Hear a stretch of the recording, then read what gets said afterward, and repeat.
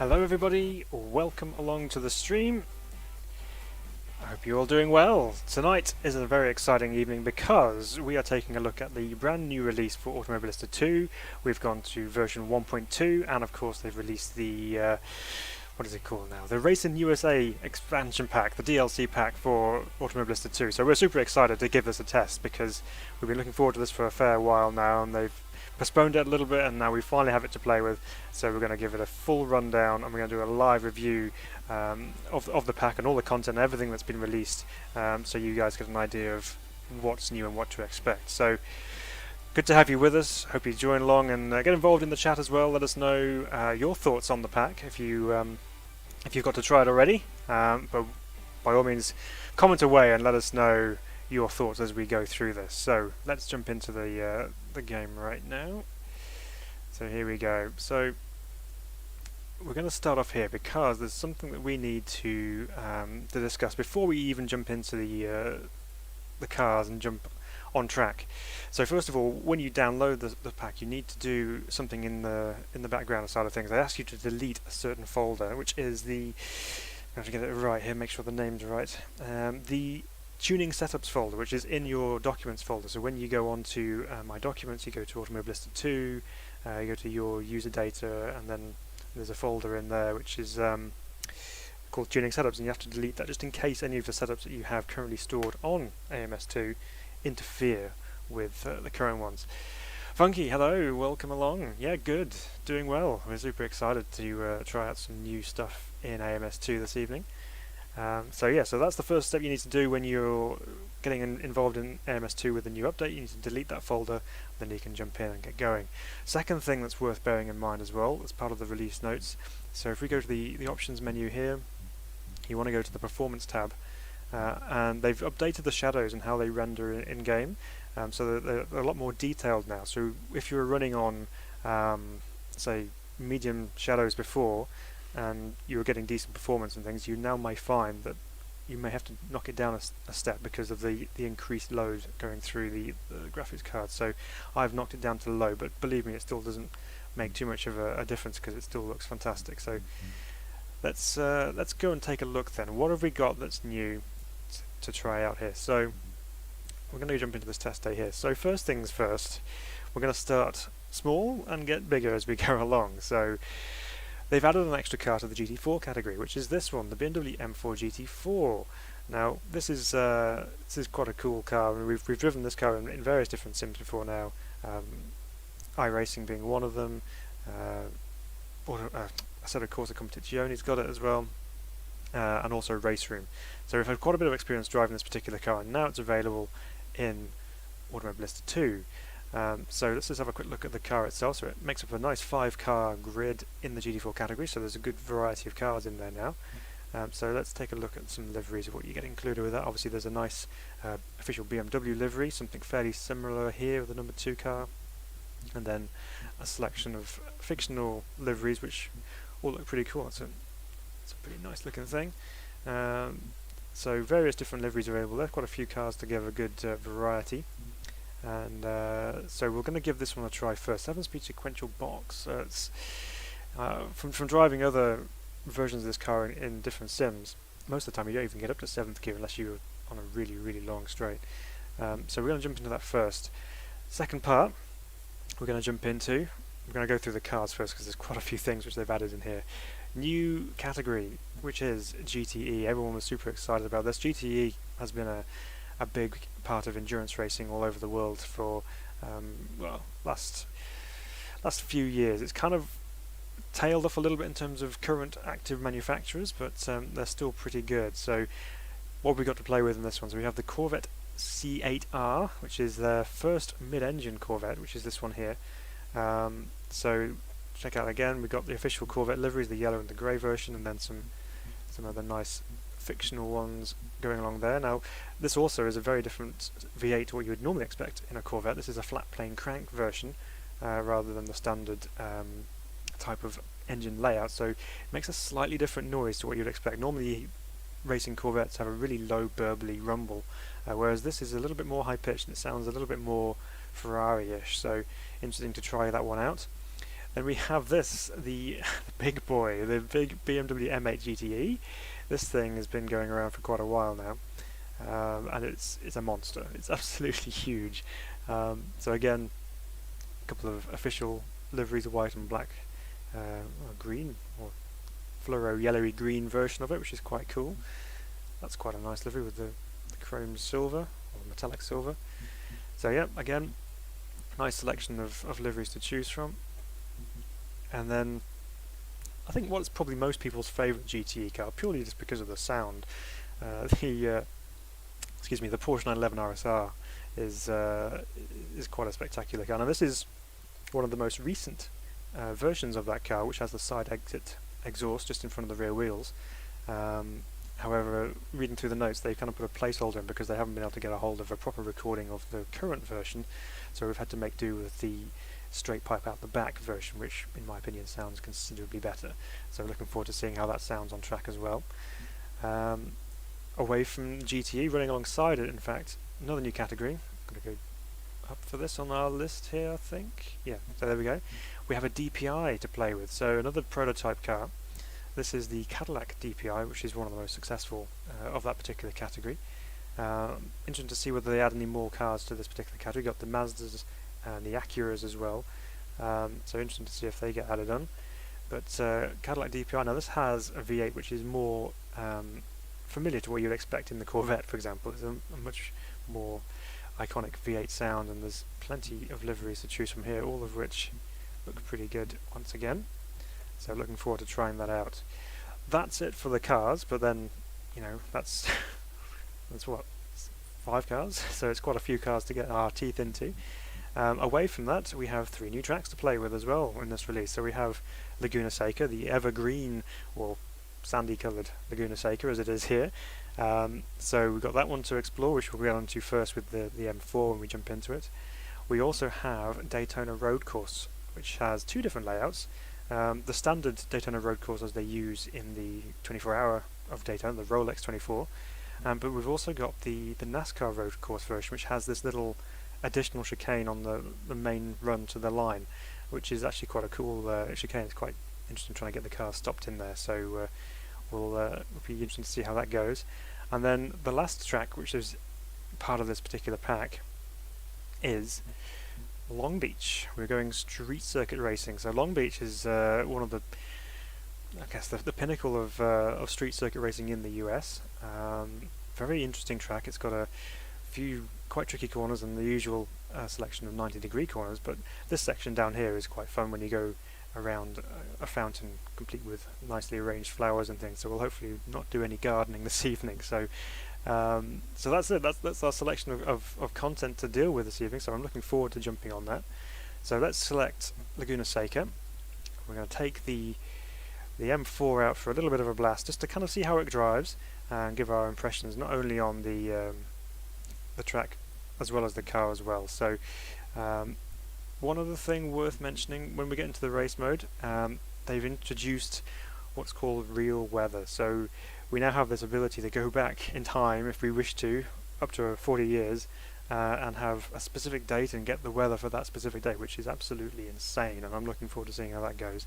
But yeah, lots more involved in terms of the weather side of things, but also you can select a real road, so you can select whether you want the track to start off in a green condition with no grip, or you can have it rub it in a little bit. You can have it starting damp and then drying out because you're just running a sunny session. So there's lots of different options you can get your teeth into with the weather side of things and the track state. So lots to talk about as we go through this. So let's jump on here, let's load this up and get our first taste of the new content within the new update. Funky, you bought the DLC as well. Yep, good. Was impressed with the price, decided to buy the 3 parts at once. Yeah, good on you. Yeah. No, it's cool. It's good that they're doing it in 3 stages as well. I mean, it keeps things going. I mean, I think some of us might like to say, oh yeah, just get it all out at once, but you know, sometimes it's nice to have that little bit more of a drip feeding type side of things where we actually get content released reasonably regularly. So looking forward to seeing what else they've got coming. They have mentioned oval racing as well, so that could be a lot of fun. Porsche 911 GTE is by far your favourite in the class. Yeah, okay. I can imagine. I always seem to like the 911 and A class. Just get on with them. Yeah, they're a unique car. I mean, the RSR is particularly fantastic, but it's a bit more of a mid-engine rather than a rear engine like you would get with a regular 911. So it drives a little bit differently. So here we go then, we're loaded in at Laguna Seca with our BMW M4. Okay, so we've got ourselves, by the looks of things, quite early on in the day because we've got some low light going on, but you know, the clouds rolling in there, looks fantastic. Model-wise in the cockpit, car looks pretty good. Plenty of nice detail going on there. What does it sound like?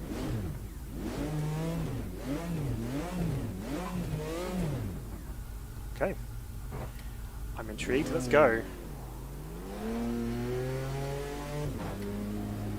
So they say they've been working a lot on the sound side of things as well, so some of these new cars we should be hearing some different sampling side of things and some also a little bit more depth to them, a little bit more character, so let's see.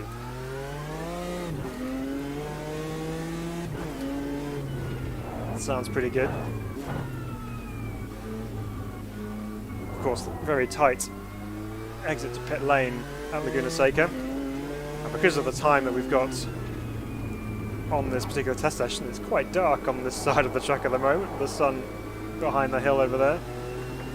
We got, have I mapped my, oh no, that's headlights, no, oh, my lights. Don't think I've mapped my lights. Oh well, just have to drive in the dark. Oh, that sounds good. Just going to feel our way in, because you can see from the bottom right our tyres are not in the optimum temperature range. Oh, the sun glare coming up the hill.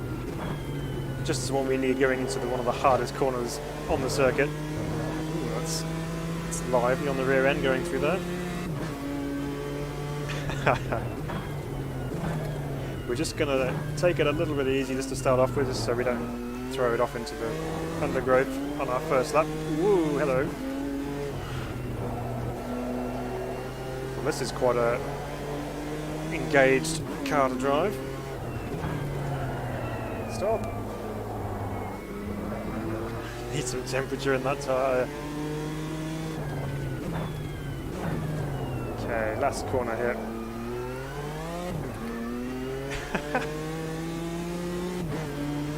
Alright. Well, as far as track's concerned, first impressions on that out lap, it looks pretty good to me.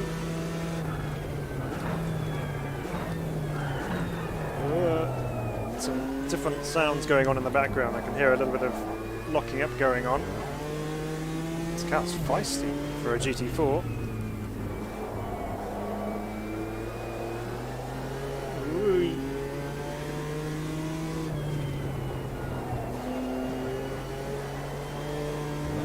It's very feisty. Well, that could be quite a bit of fun to drive. Hopefully we can get a bit more grip as we progress through this session. Oh, it's so difficult to see coming up this hill.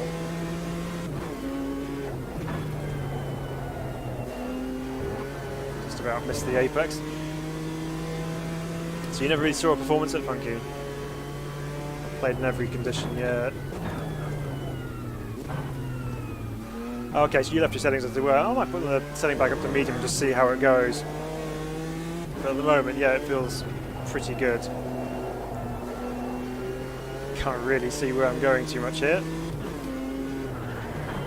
Oops, except I do know when I'm heading off track like that. But I've always found that Automobilista 2 runs really nicely anyway. You know, for the actual graphical performance that it's putting out, it really does look pretty spectacular and runs nice and smoothly too. This thing sounds good. Let's try and pick up the pace a little bit here if we can. Oh, brakes are super sensitive.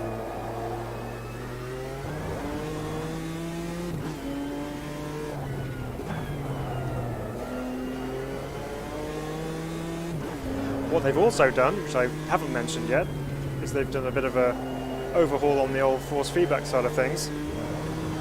So on the default settings now, I've not changed my force feedback from what I was running before the update, but with the changes that they've made, it feels significantly better.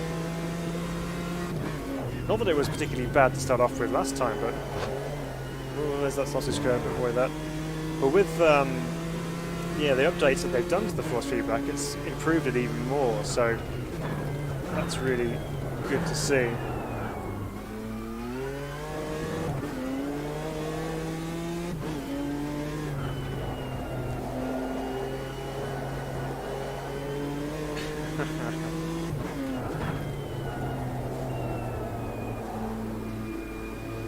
Nice. Okay, what I'm going to do, I'm actually going to go back to pit lane here, and I'm going to try and see if I can...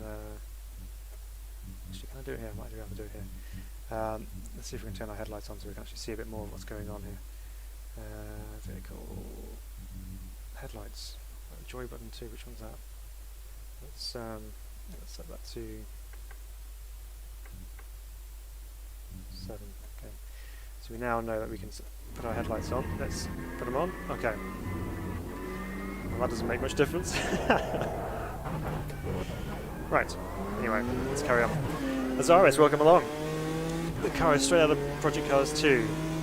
Okay. I don't know, this one was in Project Cars 2, was it? I'm not particularly au fait with that title, actually, but...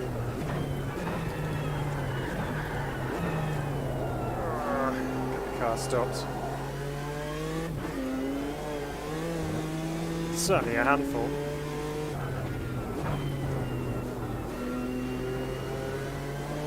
Stephen, hello. How are we doing? Did you delete the content of the tuning installer? Yes, I did. Yep. So mentioned at the start of the broadcast, that's the first thing that we should do once we've updated to the new version is delete that tuning setups folder. Not that I had too many setups in there, but for the sake of not causing any crashes of the simulator, then yeah, it's worth doing. You don't have to delete the whole AMS2 folder of documents, which I think I've seen some people mention online, but you know, that will obviously remove all your controller settings and all the screenshots you've taken as well. So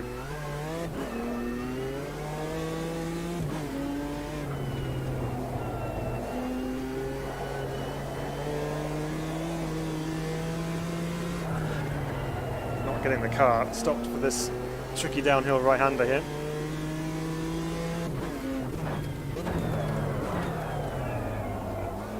Well, there, seemingly. Azaris, you reckon weak sounds, weird slidey rear? Yeah, it's definitely very slidey on the rear. I don't know, I'm feeling it's got a reasonable connection with the road. It doesn't have a great deal of grip under braking because we're locking the brakes very easy into turn 1 here, as you can hear and see out the back with the smoke screen that I'm producing. But it's certainly very slippy slidey.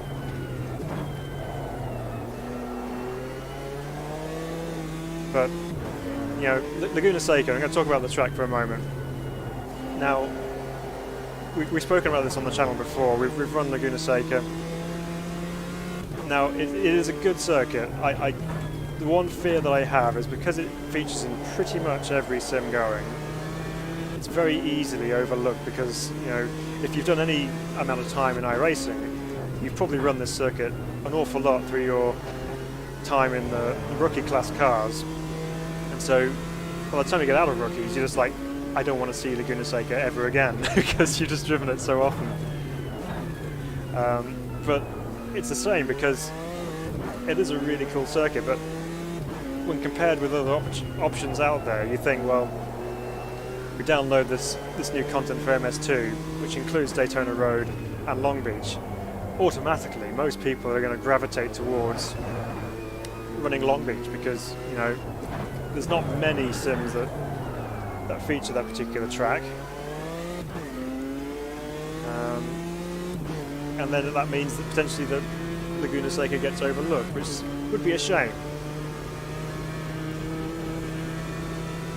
But it absolutely deserves to be in the sim because I know it's everywhere else, but if you're talking about adding American content, which we are with the next series of DLC packs which are coming along, you cannot have that series of content without having Laguna Seca on the list. So, very welcome addition. What I am noticing going through here is, obviously we talk about extra sounds going on, but the curb sounds are more noticeable. I think they've done a lot of balancing of sounds, mostly for weather, but it would appear that some of the sounds, such as curb sounds, brake lockers and things, are a little bit more audible now, so it kind of gives a more well-rounded experience audibly. And this thing is super sensitive on the brakes. I'll have to dial some of that out with setup possibly.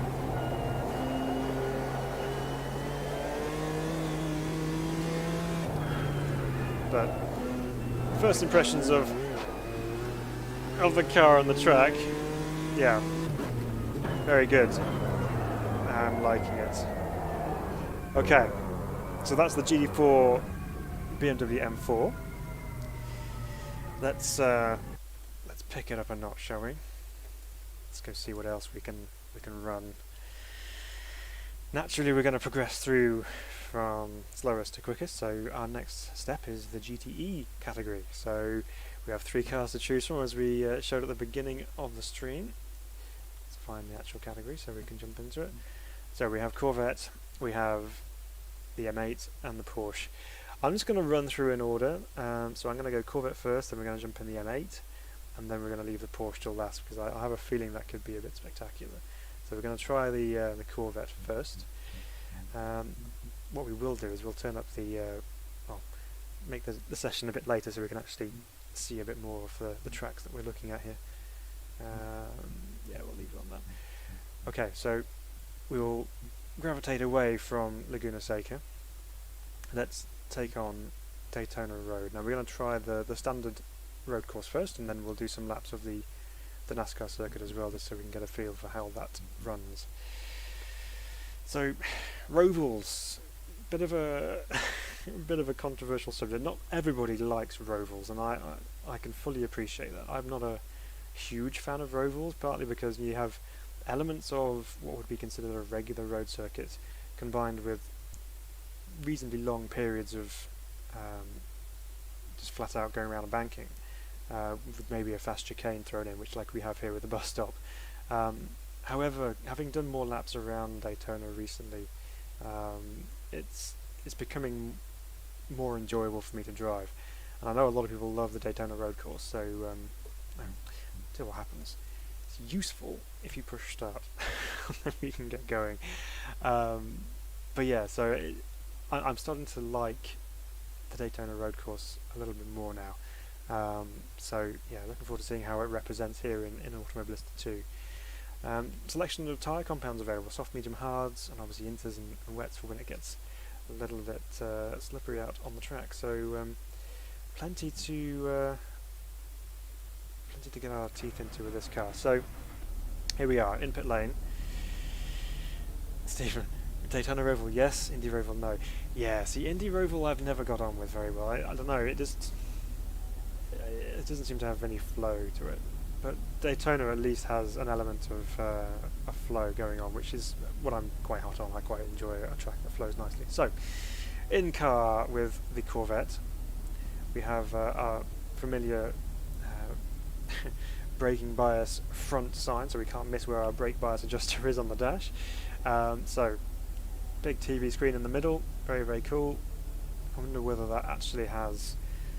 probably a bit advanced, I'm not sure whether it will do or not, but I know in the real cars for GTE they have like a positional marker, so if there's a car in the mirror you can kind of see it's got a little arrow pointing down at the car. We'll see if that works with other cars when we get into a race maybe a bit later on. But interior of the car looks good. That's quite a sensitive old throttle pedal there. Okay, let's take it out on track and see what happens. Pit limiter on. Again, Daytona Roval has a quite a tricky pit lane exit. Kind of come around the inside of turn 1 here. Very easy to end up in that wall on the right hand side. Okay. Gearbox compressor sounds on the upshifts. Right, into the first of the 2 hairpins. Big wheel on the left there. Very nice.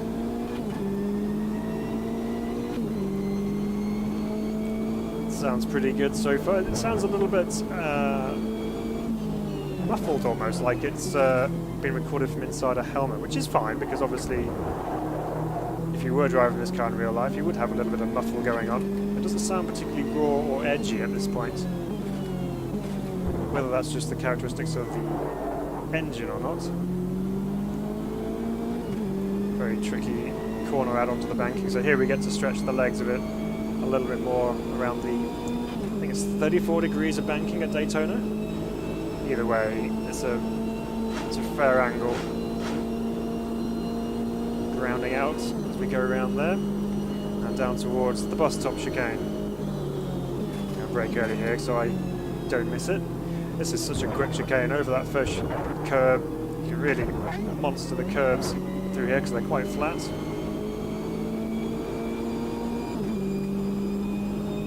Up onto the banking again for the second time. This time we follow it all the way through until we cross what is the start-finish line on the oval of Daytona. So we're on this banking for quite a while as if we're doing the 500. And then just as we come around here,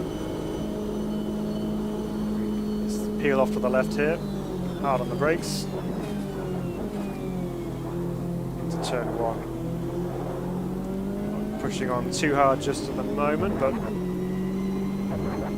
getting a feel for everything.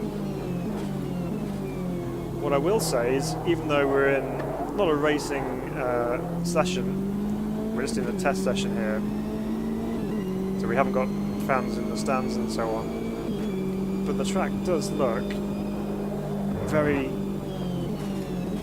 well kind of populated, I suppose, in terms of trackside objects and the overall look of everything. So you look back and you cross over there at the big grandstands and everything, and it looks really, really nice.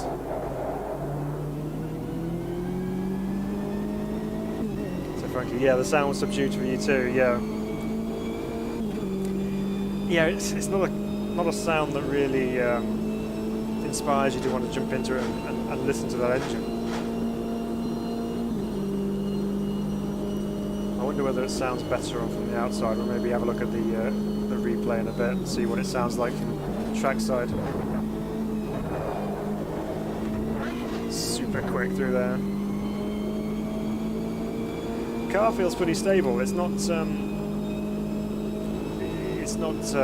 feeling like it's going to snap away from me at any point. It's quite calm and sedate in a way, not by means of it being slow, but it just feels fairly uneventful really. And obviously I'm not pushing on completely at the moment, so we'll see what happens when we try and extend our braking points, especially into turn one, which is notorious for catching cars out.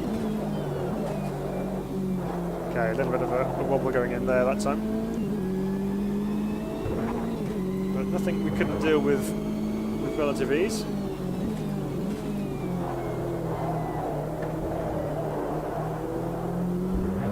Feed the power in gently over the exit curb there.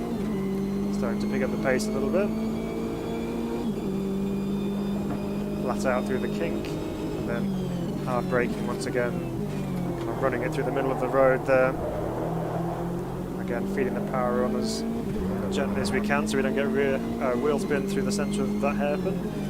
This corner here, very bumpy on the inside there, so it's easy to unsettle the car, and then you just don't get a very good run onto the oval and the big long back stretch here. So it's so important to get that last corner right, because you can really break a lap time. Same with the bus stop here, even though it's quite a quick corner, because it has so much flat out running right after it, you've really got to make sure you nail the exit. Down to fourth this time rather than third. Massive curb. Oh, I'll tell you what, that feels so much better going through there in AMS2 than it does in iRacing. When you go through there in iRacing, you literally feel like anything could happen. You could just kind of launch it off a curb, or the car will just rotate on you, or whatever it is, but that feels so much more planted. Really good. So the best fun you had around here so far on the DLC was classic or Formula Retro cars around Daytona Road. Yeah, okay, that could be interesting. Have to give that a try.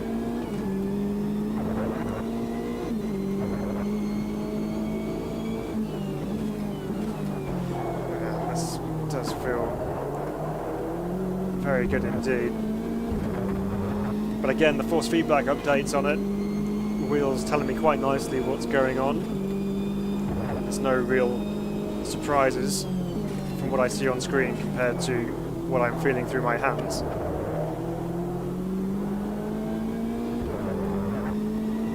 So that's good. Bit of oversteer, a catch on the way in.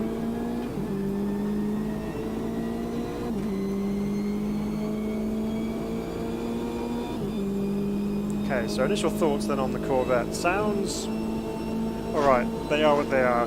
They're not... It doesn't sound amazing, that's obviously, you know, how it is, but this particular car is quite medium in its sound department anyway. It's not one that you hear and go, yeah, you know, well, that sounds amazing.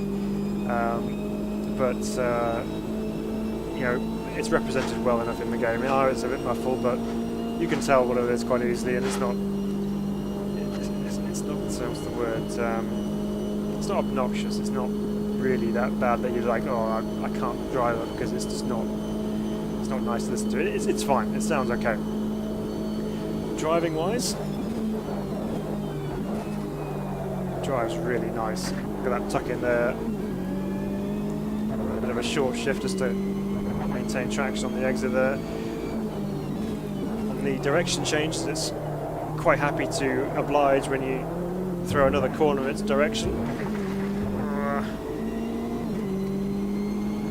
Traction's good. It doesn't break away uncontrollably. Braking is significantly better than it was in the M4, because even though they don't have ABS brakes in GTE, it doesn't seem like I'm locking up too badly, and I can modulate the brakes well enough to remove that issue. Lazarus, you like the new tyre and curb noises? Yeah, they do sound good. They do sound good. We're going to have a listen properly when we go over the curbs with the bus stop this next time round. The exterior sounds good. Yeah, we're going to listen to that next, I think. We're going to watch a bit of a replay and just listen to the exterior sounds of this car. So, curbs. Yeah, okay, that's good. You can definitely tell you're going over like a sawtooth ripple curb there. Just enough of a subtle effect just so you know exactly what's going on. Circuit-wise, layout seems pretty good. It's on par with iRacing in terms of its layout, and all the bumps and things which I have experienced within iRacing I'm finding here on AMS2 as well.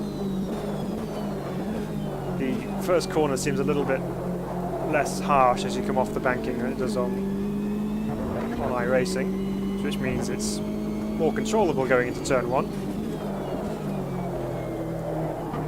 But I'm all for that. If that's how it is in real life, if they smooth that out a little bit, it does make it a far nicer corner to deal with. But the overall layout's good.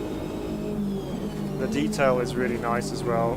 As I say, we're only in a test session here, so we're not getting the full circuit detail experience where we've got crowds going on and all sorts of other bits and pieces. But as a general circuit atmosphere, you can definitely tell there's lots going on. I mean, you've got the lovely palm trees in the distance there, you've got lots of things going on the inside, obviously the big wheel. So yeah, the track looks really nice. Good texturing. I mean, you can see the different ribbons of tarmac. You've got the seams running down the centre where they've joined them together, and you can tell that they are a different texture to the rest of the circuit. You can see the shine off them as well when you catch the light just right. Oh, there's a big curve on the inside. The shadowing looks really good too. So we've got some shadows being cast over the banking just here. It looks a lot more consistent with how you would expect a shadow to be cast. So what I mean by that is that when AMS2 was first released, some of the shadows looked a bit bitty almost, and just kind of all over the place, but they look nice and smooth, and they look really yeah, Yeah, they look spot on right now. So, but you look across there, you can see how much the circuit goes off into the distance, and it just adds a really good depth to the overall experience of driving around here. So let's have a listen to some exterior sounds of this Corvette then. Let's watch a bit of replay here.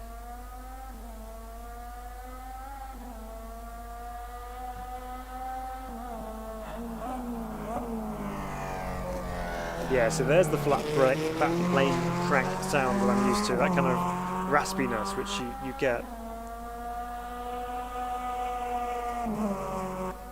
Yeah, see, that sounds more like I was expecting this car to do, so I think just the interior sounds just sound a little bit muffled. And listen to that on the overrun there. Just going to wind that back so we can listen to that again, because that sounded amazing.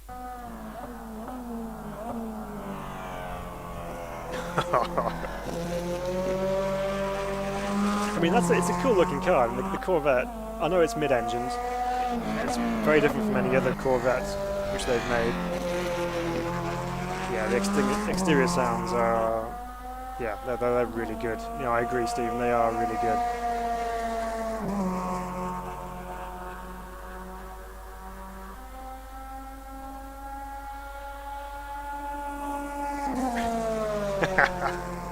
That's mega. I love that.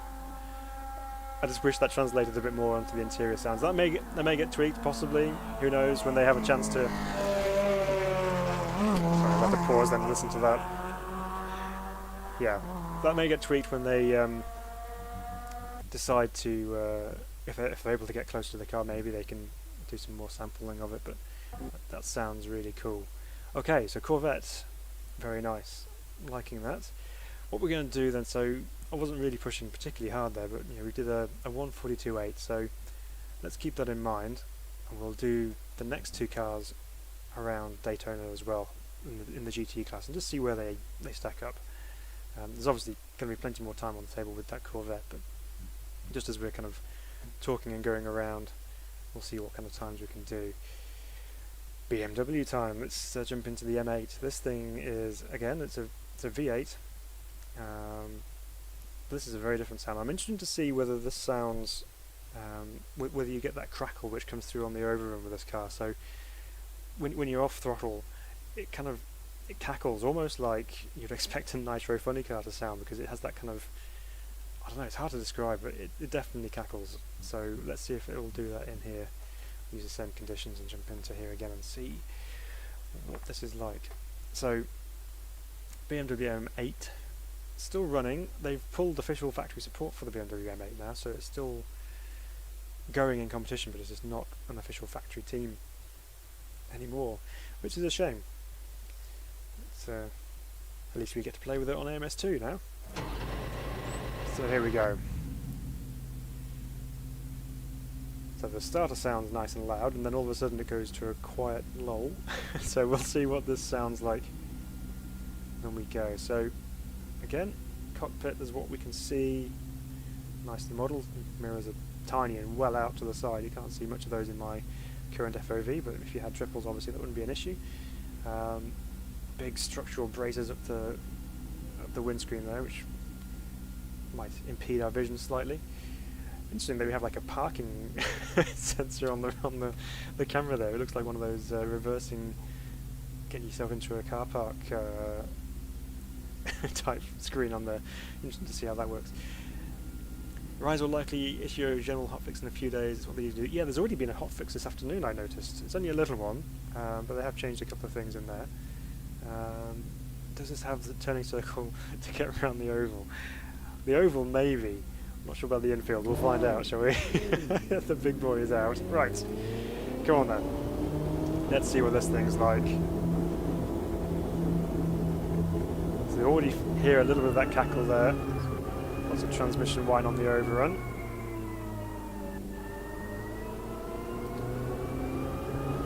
Okay, let's release it.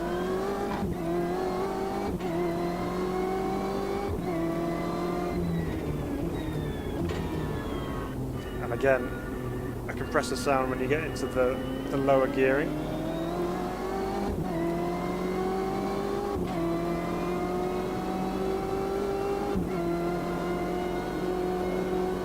again, it sounds potentially a little muffled on the interior.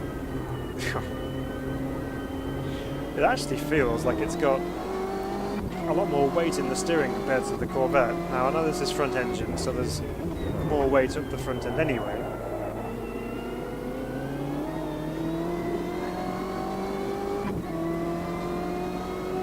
Now with modern GT BMWs, it's they've gone the direction of turbocharging, which obviously is fine because they're developing their turbo technology. But what it does mean is that where we used to have raucous V8s or straight sixes, the actual engine sounds get a little bit toned down. So my main complaint with the M6 GT3 is that it was just so quiet compared to everything else on track.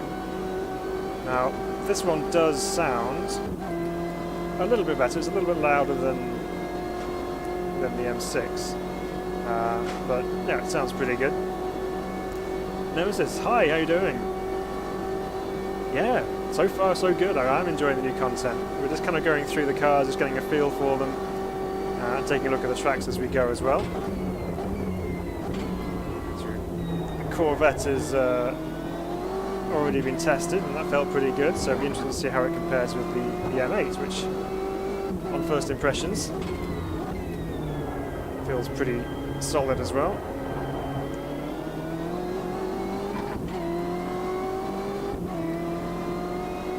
What are your thoughts, Nemesis, on the new content? What do you think?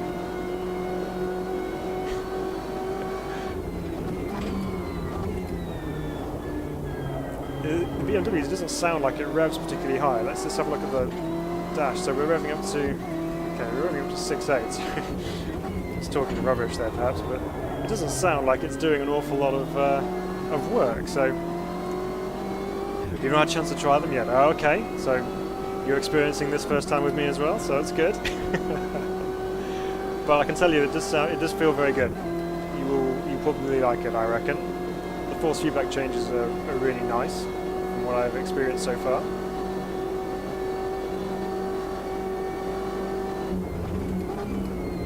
Down to 4th for the bus stop chicane. You can tell that this car's a bit bigger. It's just trying to get it through there. It feels a little bit more lazy, I guess, on turning. It doesn't just duck into the apex like the Corvette did, which we can probably get around with some setup changes and some adaptations with driving style, perhaps. And so far, it's not handling badly. It's just different. Get off the brake. See there, it tucked in quite nicely, even though I left it pretty late on the old brakes there.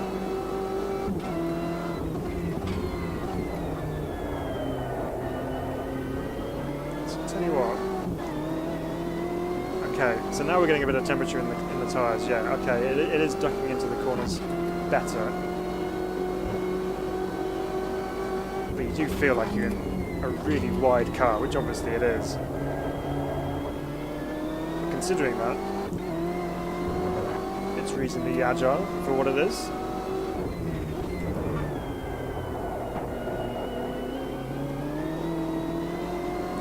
Traction's good out of that hairpin onto the oval banking. So Nemesis hasn't tried them, so we have a chance of placing on the leaderboard.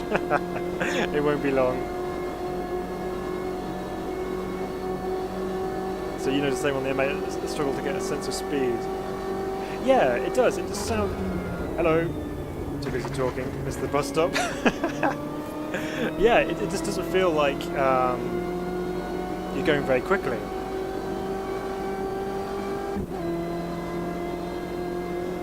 So I guess it's just a chance of... it's just a chance to get used to it, I suppose. Oh, you mean the M6? I think it's the same with the M8 actually. I'm gonna put that in the same boat. It doesn't feel like you're going particularly quickly.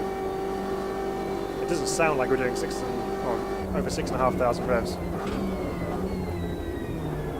But wow, that stops so quickly.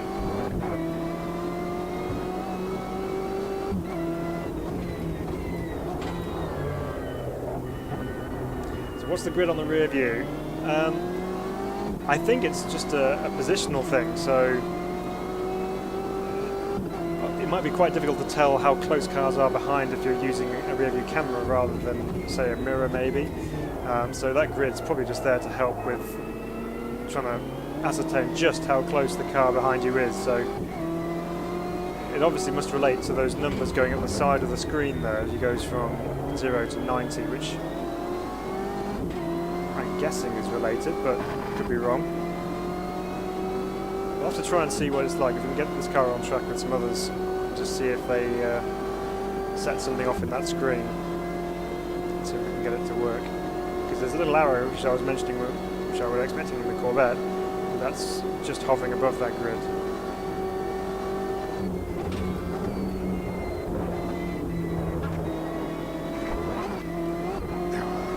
Bit of a cut on that last part there, but we were okay.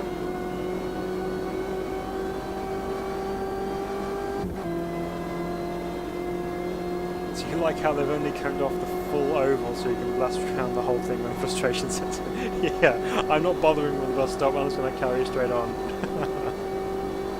I'm sure we'll get the full oval when they release the oval content, which I think is pack 3. Oh, excuse me, my voice breaking. Yeah, I think pack 3 is where we get some oval content, so I'm sure they'll open up the full oval once that arrives.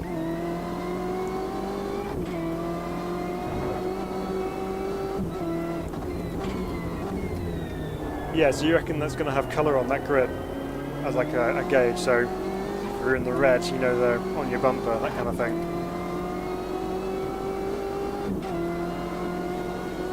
Well, okay, so let's think about this BMW then.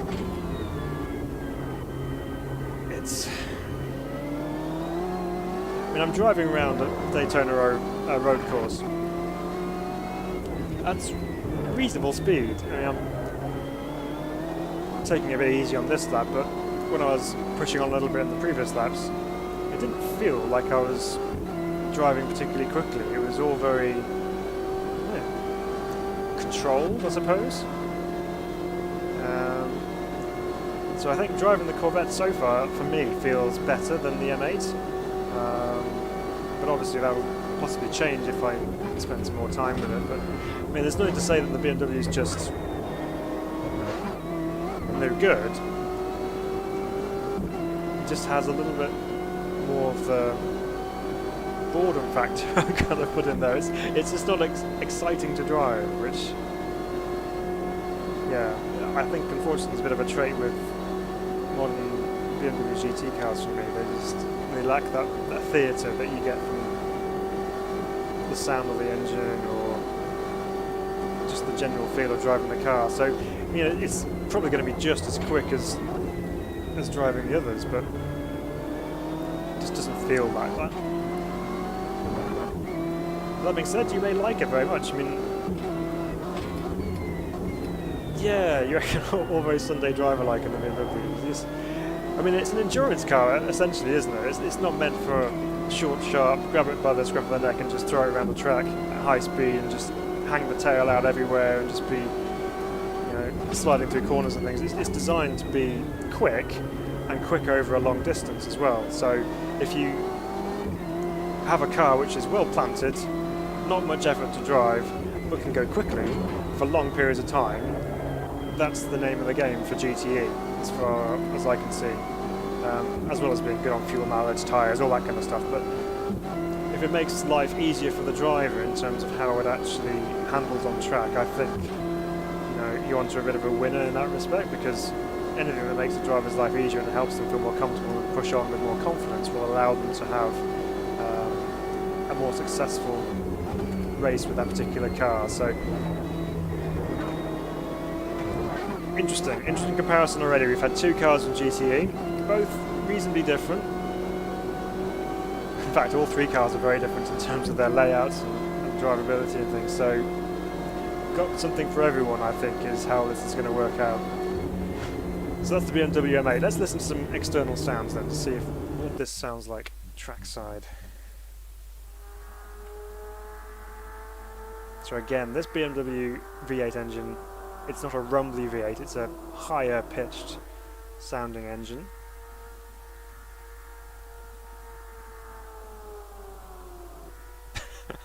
It's like I'm driving with, listening with earplugs in.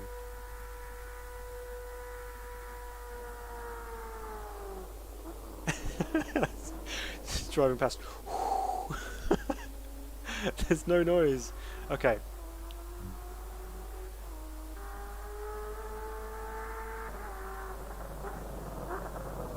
Yeah, there's the cackle. So it may have just been hard to hear because we're up in the highest echelons of the grandstand. So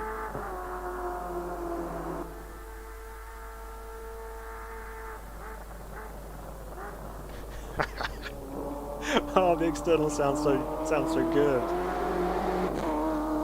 Oh, and the rasp on the gear change as well.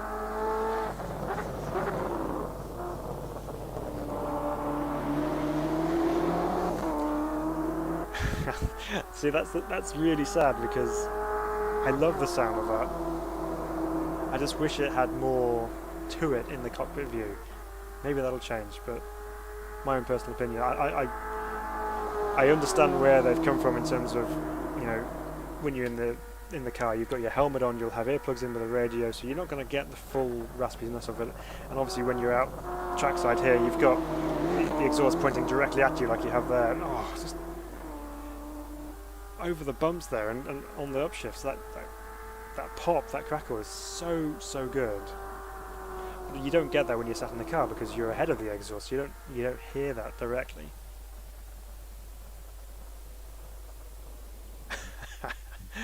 Okay, external sounds again, magnificent on that one. Actually, I prefer that to the Corvette external sounds, I think. Okay, so I think we're a little bit slower in that than we were in the Corvette. I can't remember if we were in the 42s. My short-term memory is horrific, so let me know if I was. But, okay, nice car to drive. It's, you know, simple and very very easy to drive. Yeah, cockpit sounds seem very rushed on some of these. Yeah, I don't know. It's a weird one. I wonder whether they've gone for that on purpose or not. Time will tell. But there's one thing for sure. This car, the Porsche RSR, should sound unbelievable, and I'm hoping that it does. So, it was a second slower. Okay, right. Yeah, I thought I had gone to the 42, so yeah, we'll have to dial that out with some sort of changes. Or maybe I just wasn't pushing hard as I was in the Corvette. I probably could get more out of that. I think it was kind of what's the word? It was fooling me a little bit actually, just because of how slow I felt I was going, but thinking I was driving to the same limit as I was in the Corvette. So I think I probably could extract a bit more out of it as possible. It must be pretty windy up in the stands because we can't keep a focus on our car in the background here. Okay, Porsche 911 RSR, the third of our GTE cars. This one I'm expecting to be very nice indeed. So let's jump in.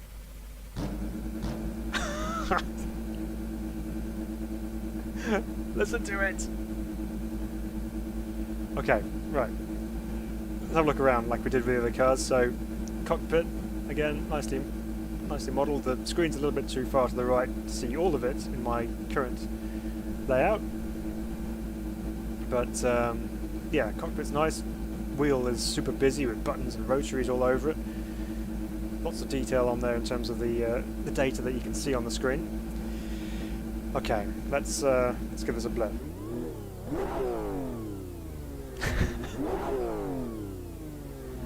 Okay, we're in a flat 6, so let's see.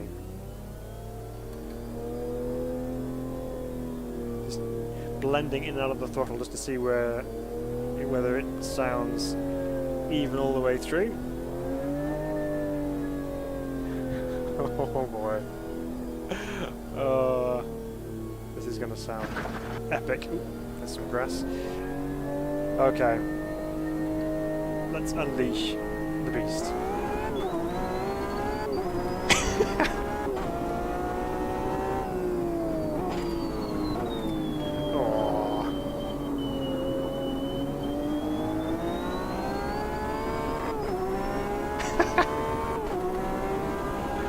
Okay.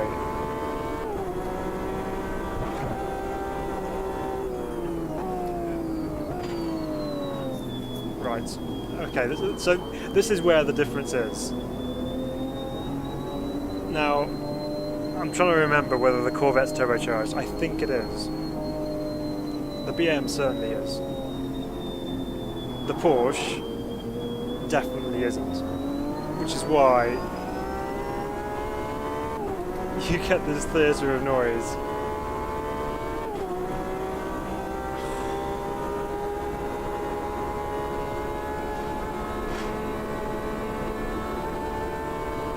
It just keeps revving. Aww.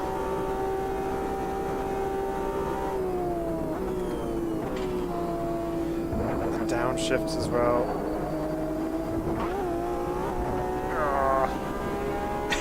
Sound-wise, this one takes it already. I get your point, Funky. I can see why you love this car.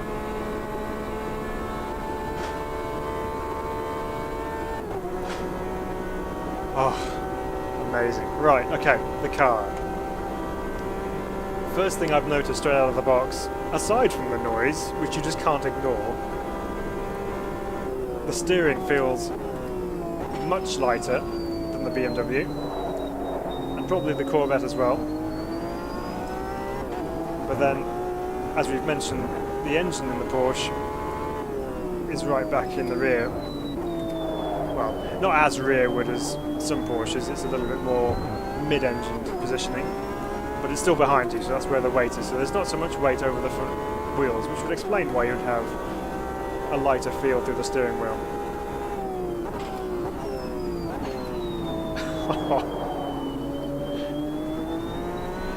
So, with driving this, sound-wise, I'm not even taking it to the rev line here, it still sounds amazing, but you enjoy taking it all the way up to that red line, but almost as much you enjoy coming down the gearbox as well when you brake. You almost look forward to braking just as much as you do getting right up to the red line. Because here we go, get ready for this. Going to go down 2 gears into the bus stop.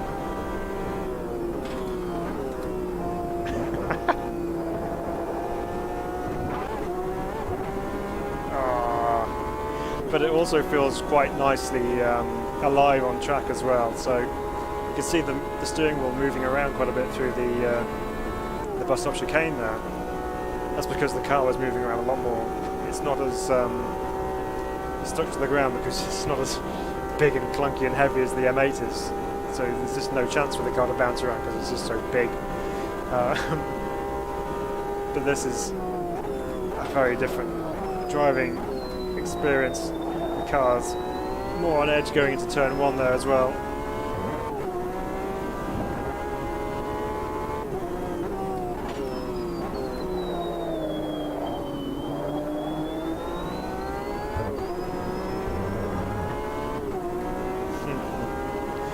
Well, okay. 911.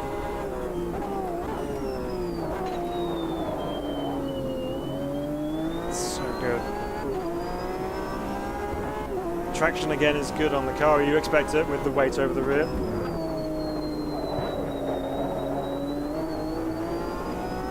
Get that powered out nice and early as we go up onto the banking. Let's try and push on and see if we can get close to that Corvette, which so far seems to be pretty rapid, so let's see what we can do with this.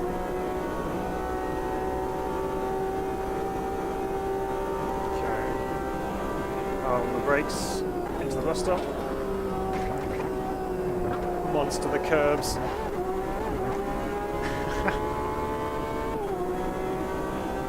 Okay. Pinned all the way to turn 1.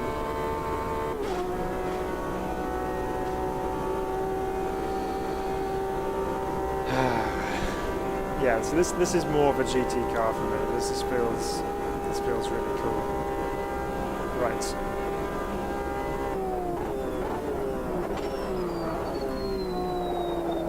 I Again, try to get away from me there.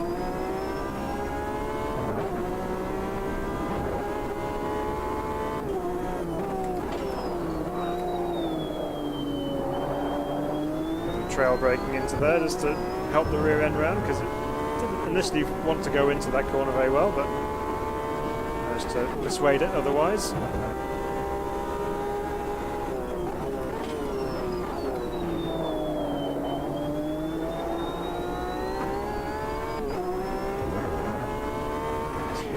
Curb noise is so much more accentuated now.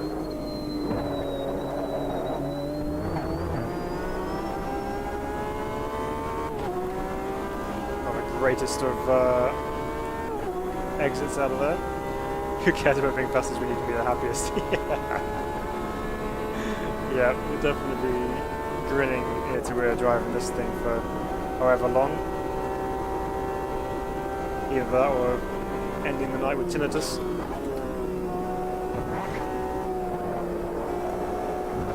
Oh, it's loose through there.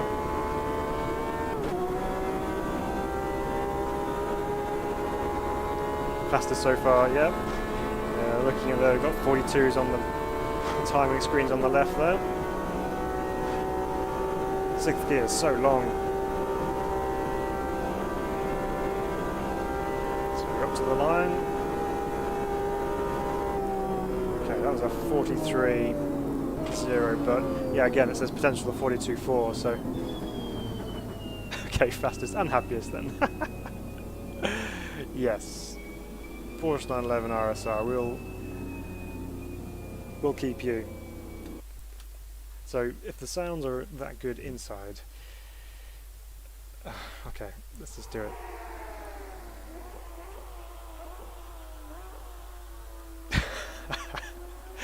So we ignore this first bit because we're miles up high in the stand. So this is what we're looking for right here.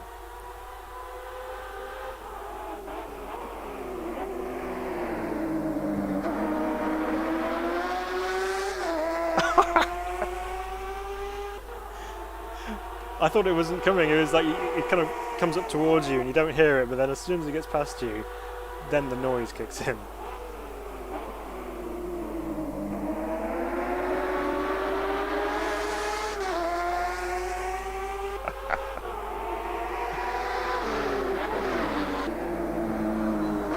There is no denying that that's a Porsche engine.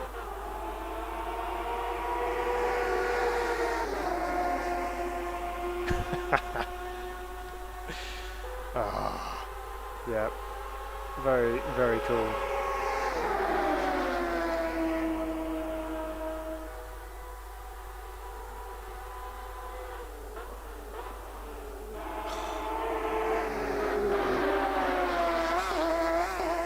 Oh, let's listen to that again. That was spectacular. That was so good.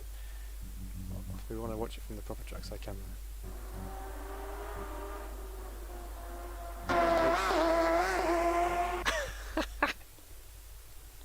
Just the pops, as soon as it bursts into wheel spin, it kind of jumps and then lands again.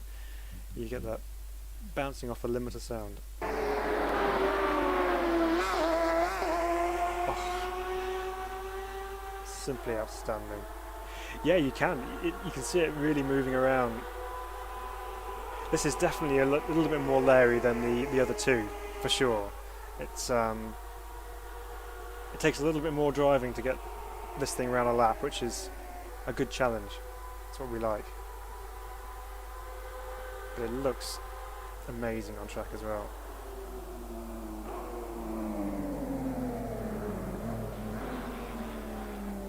Wow. Okay. I think that's probably my preferred car of GTE now. But then, was that really going to be in doubt? Yeah, maybe not. Okay, so that's GTE covered in terms of new cars. We're going to do the next of the new cars now, which is the DPi. We're going to run it at Daytona again, and then what we're going to do is we're going to take one car. I'm going to have to try and choose a car. We're going to do a race around Long Beach. because I'm really curious to see what that's like to race around. So Cadillac DPi then. So this is again V8. We should have plenty of aero, so the bus stops is going to be ridiculous going through with this thing. Again, usual sequential gearbox as you would expect. So I'm looking forward to seeing how this drives. Now, I've seen reports that some people driving this do really like it, so I'm hoping. I've got big expectations for this car, so let's see how it goes. Oh man, GTE. Very popular class in iRacing, a lot of people run it. But for me, on Automobilista 2, the cars feel more stuck to the ground. I get the feeling in iRacing that the cars don't have very much in the way of grip, and I know they've been doing a lot of work on the tyre models, and the grip levels do improve as you go further on to the stint. But I don't know.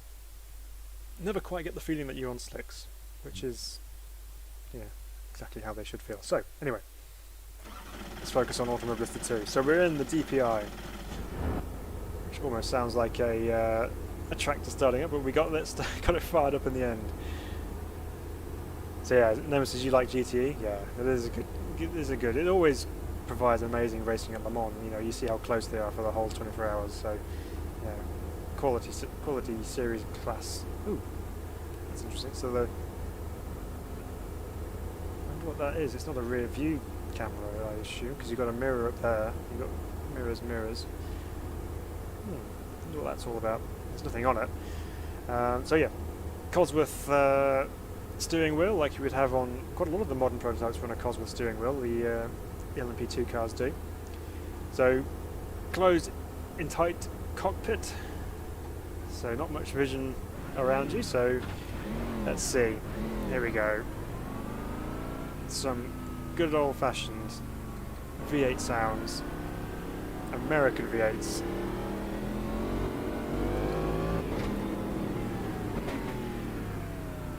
Well, the Daytona prototype class has been a mainstay of American racing, endurance racing, for many years. And it's gone through quite a few changes over the last decade, I suppose, maybe a bit more. They've now brought them a little bit more in line with the similar-ish kind of cars that are running in the World Endurance Championship, which is run under ACO regulations. But they've now kind of shifted more to the similar-ish kind of car, and they've got a bit of parity going on, so they can run the LMP2 cars in the same class as the DPIs and have them be equally as competitive. So they have come on an awful lot in terms of technology over the years, culminating where we are now with this Cadillac DPi, which has won the Rolex 24 at least 3 times, maybe 4, can't quite remember, but it's very successful here at Daytona. You reckon that screen might be a relative? Yeah, it's possible. Just kind of ease our way into this. Very different style of driving with the downforce, obviously.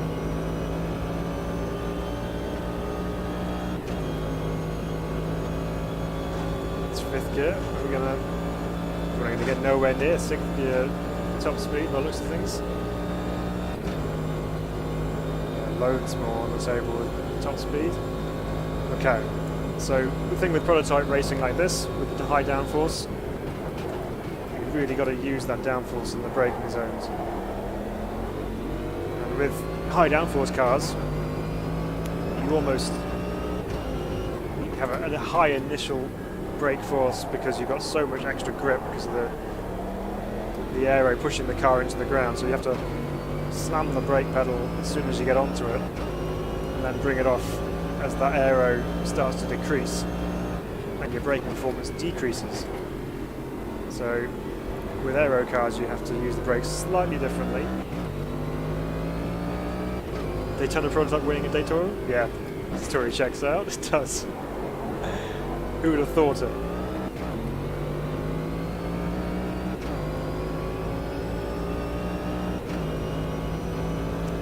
So again, V8 sounds nice. There is still that muffledness going on, but you can definitely tell that you're behind the wheel of a V8 powered race car.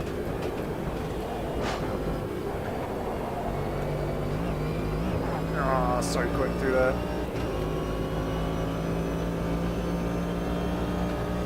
Running multi-class around here with the GTEs and perhaps even some GT3s like you would get at the Rolex 24. That could be a lot of fun.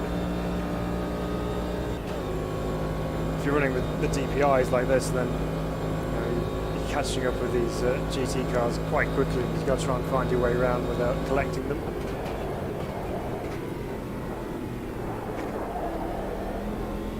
There's definitely an awful lot more transmission sound than there is engine sound on this one.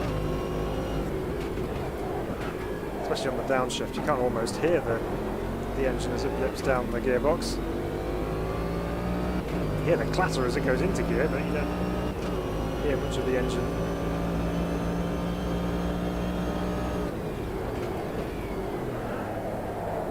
That's a bit late.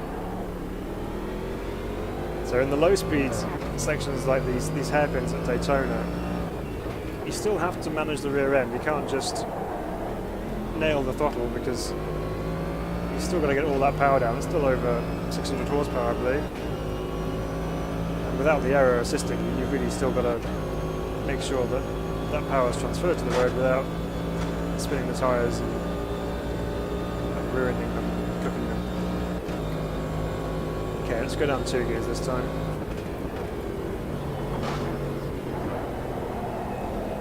That's a bit too quick. A little bit ambitious, shall we say. So how does it feel then? So, decent weight again through the steering wheel. There's no dead zone of force feedback. It's nice to drive. Braking performance. Pretty solid.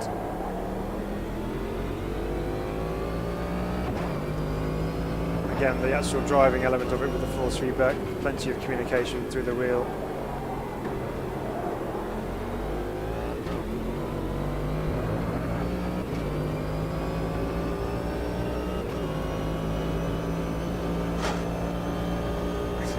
Running super low to the ground, obviously, catching those bumps.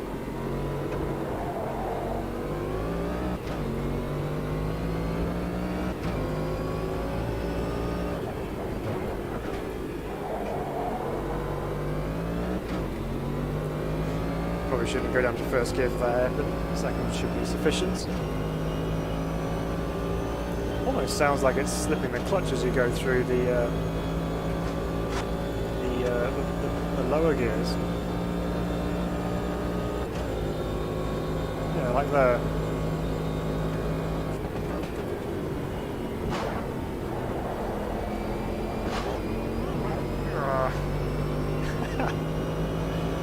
Oh, we're in kilometres, so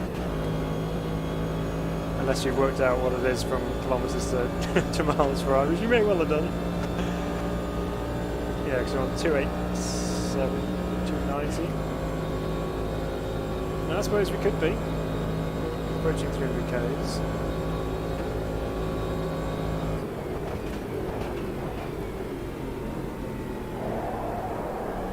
Still plenty on the table in terms of brakes into turn 1. It's I'm having to kind of almost get back on the power before I get into the apex, because I've overslowed it by braking too early. It'd be interesting to see what this compares to the likes of the Ginetta, the prototype Ginetta, or the other P1 cars. There's a lock brake. Opportunity for us to hear the sounds a bit more.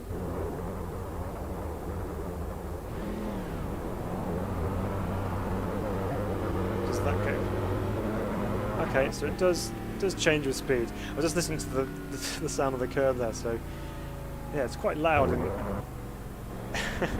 it's quite loud in going, but it is in the car. If you've driven a car on track when you've gone over curbs like that, it is quite loud.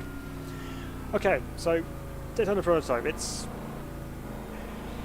a prototype. It's just a modern prototype. Is all I can say about it, really. I mean, it's nice to drive. I mean, it's a good challenge there. I mean, you've got the aero, which is always fun to use. You've got an element of oversteer when you're trying to manage it through the slower corners, and it really comes into its own when you're racing GT cars and you've got the same class of cars all on track and you all kind of jostling position, and that's where it really comes into its own, I think. But as far as a car to drive, it's very good. You know, it's not unpleasant to drive, shall we say. Internal sounds, yeah, they're okay. They're okay. They seems to be missing a little bit in the low end. So what's this like externally?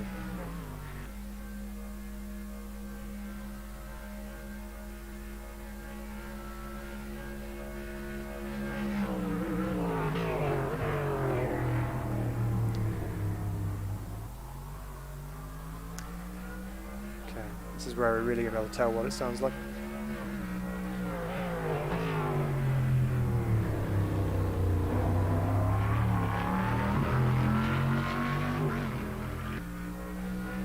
Okay. It's quite a smooth sounding V8, isn't it? It's not it's not a raspy sounding V8, it's quite a, yeah, all I can describe it really. It sounds very smooth. But okay, yeah, I mean, it's alright. It's not totally blowing me away, but you know, it still feels reasonable to drive, so that's the main thing. So we'll see what that's like on track with some other cars. So then, we're going to move on to our next circuit. Now actually, before we, I think before that, let's do another run. I'm gonna take the Corvette out again, just because I did that one first, but we're going to try the NASCAR version. So we'll do a couple of laps around here just to kind of see how the extra chicane adds in on the overall feel of the track, because there's that long stretch from, you know, you take into account the bus stop, but you have the hairpin onto the banking, and then you're still quick through the bus stop, but you're flat out most of the way around to turn one, so it's quite a full throttle lap. So this extra chicane will really break it up a little bit. So let's just see how this is. We're trying to get it stopped from high speed.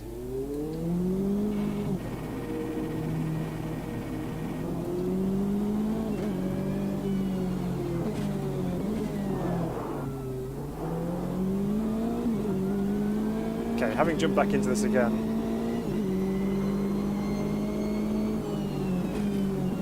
yeah, it sounds pretty cool on board.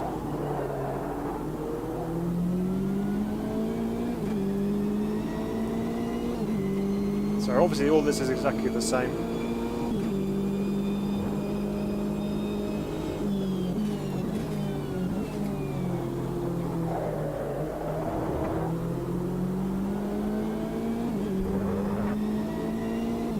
Corvette feels pretty fun, actually.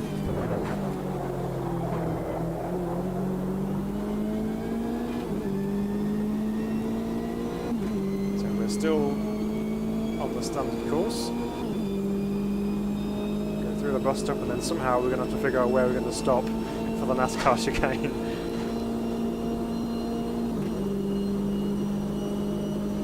Right, so bus stop time. Brake at the number 2 there.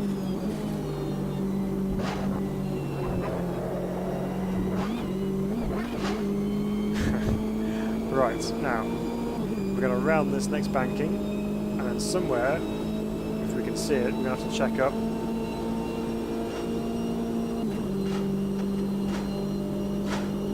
We're going to brake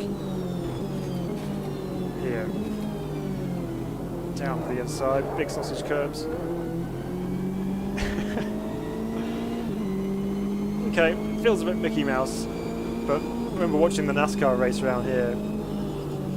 They were really struggling trying to get the car stopped into there. The back end was coming in around into there. They were getting wheel hoppers. The cars aren't really set up for braking that well, so they're all over the place. Okay, so the NASCAR road circuit, it's okay. I mean, I'm not going to do another lap just to find out what that chicane's like, but it adds another element to it. I'm sure that'll be fun, and if we get some stock cars as well, we'll retry that. So, Long Beach is next. I think we're just going to take the Porsche, you know. I think it's only one option. Long Beach, only one layout, and it is this one. Now they do have an IMSA race which runs at Long Beach. Oh no, I was going to do this as a race weekend. I'll have to come out of this. They have IMSA goes to the Long Beach. They run a race there every year. I believe IndyCar do as well. I think that's right. Anyway, so yeah, it doesn't get used that much. Come over there and we'll set up a race instead. But it's one of the largest events in American motorsport. Obviously, you've got the Daytona 500 and the Indy 500 as well. But sports car wise, it's one of the largest in the calendar. So Long Beach custom race. Check out this. So there's a new option in here. I've got it set to custom at the moment, but you can actually set it to max available now. I don't remember seeing that before, which basically means that you can have every single livery that's in the classes available set as your maximum number of cars. It'll just run all the liveries without duplicating them. But I'm going to run custom because it's going to run about 25 cars. That should be plenty. As you know, as before, you can add up to 10 different classes in here, so we could add some GT3s into here as well if we wanted to. Let's do that for a laugh. GT3, yep, done. So 3 different types of car on track. I don't need 31 cars. Let's change that again. Let's back that up a little bit. We'll do. Let's change the practice session a little bit. So we've got 10 minutes on there. Let's up that to 40 just to give ourselves a chance. So weather slots. So again, you can select how many different slots you want. So you can change in there whether you want starting in wet and then going through to sunshine or whatever it might be. But this is where you can change it to real weather mode. So you have this option here. At this point, I can't seem to find out how you then go and select a date for what weather you want. So okay, I think this is a date type default date. Right, there we go. So custom date then. So let's go back to, I don't know. This is, how far can you go back? Let's go back to there and just see what happens. Start time is 10 o'clock as usual. Weather slots. Real weather. You want a rolling starts. Do the formation lap. So live track, obviously you can get it to progress as you go through, which is quite cool. So we'll run it as that and see what happens. We haven't got qualifying on, we're just going to start wherever we start. Okay, let's load in. Give our time to explore Long Beach a little bit and see what it's like to drive. And this track is so full of detail in real life. There's so much going on. Obviously you've got buildings all around you, you've got, as I mentioned at the beginning of the stream, you've got that kind of roundabout almost that they make use of and go around. It has all the flowers on it and a fountain in the middle of it. You've got bridges and all sorts of things going on. So let's see what Long Beach looks like in Automobilista 2 in our Porsche.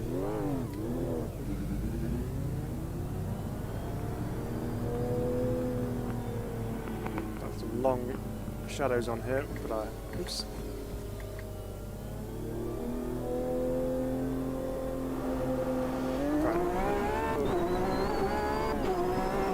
Funky. I did not expect to like this track, but it was okay. Yeah, no, it's good. So we've got a really awkward pit exit there because you have to follow that line all the way around. So here's our little roundabout.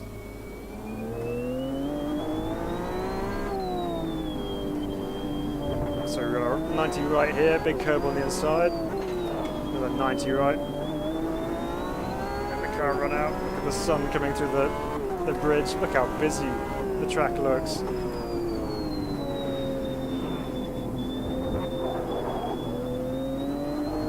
think it's running a little bit choppy on this one, but it's not surprising with how much is going on around the track. But there's just so much life to it. I mean, look at her. There's, if you weren't trying to concentrate on driving quickly and keep out of the walls, there's just so much to look at. The sun coming through there like that. This final section's really a bit tricky because you've got this really tight final hairpin. And then onto the big long front stretch, which is kind of on a curve, so it's not really a straight. As we head off towards turn 1 at Long Beach. We get overtaken by DPi.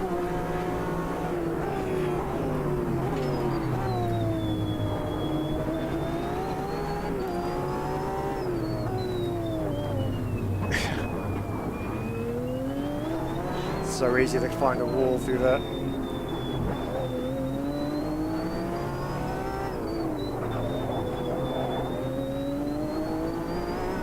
Wow.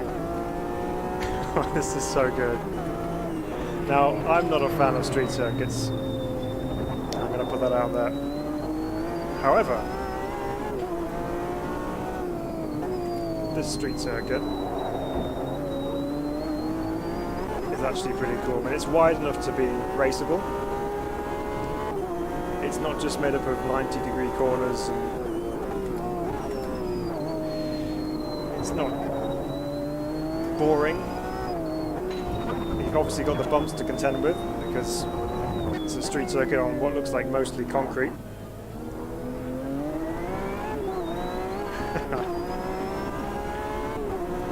There's so much life to it. First corner here, you're approaching from such a high speed.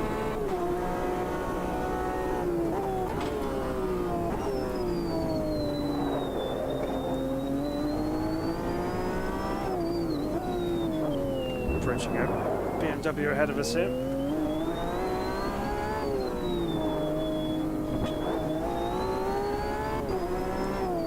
So a lot of street circuits tend to be a little bit stop-start, but here you can start to get into a little bit of a rhythm with some faster corners, like here for example, that BMW left it late.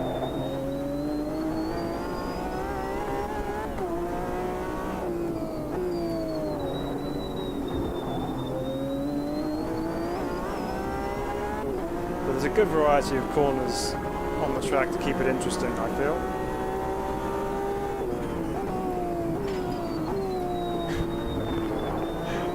This Porsche sounds so good.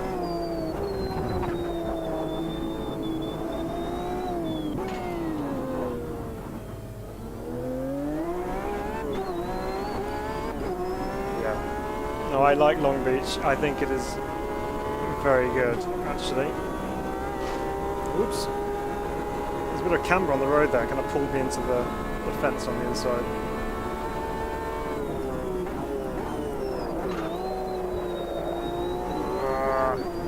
Came around under the braking.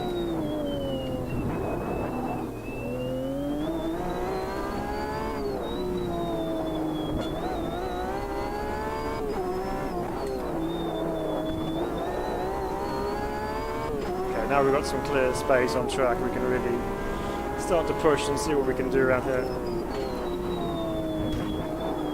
Hello. There's a bit of a crest in the road there, which is nice. Yeah, it means it's not all flat.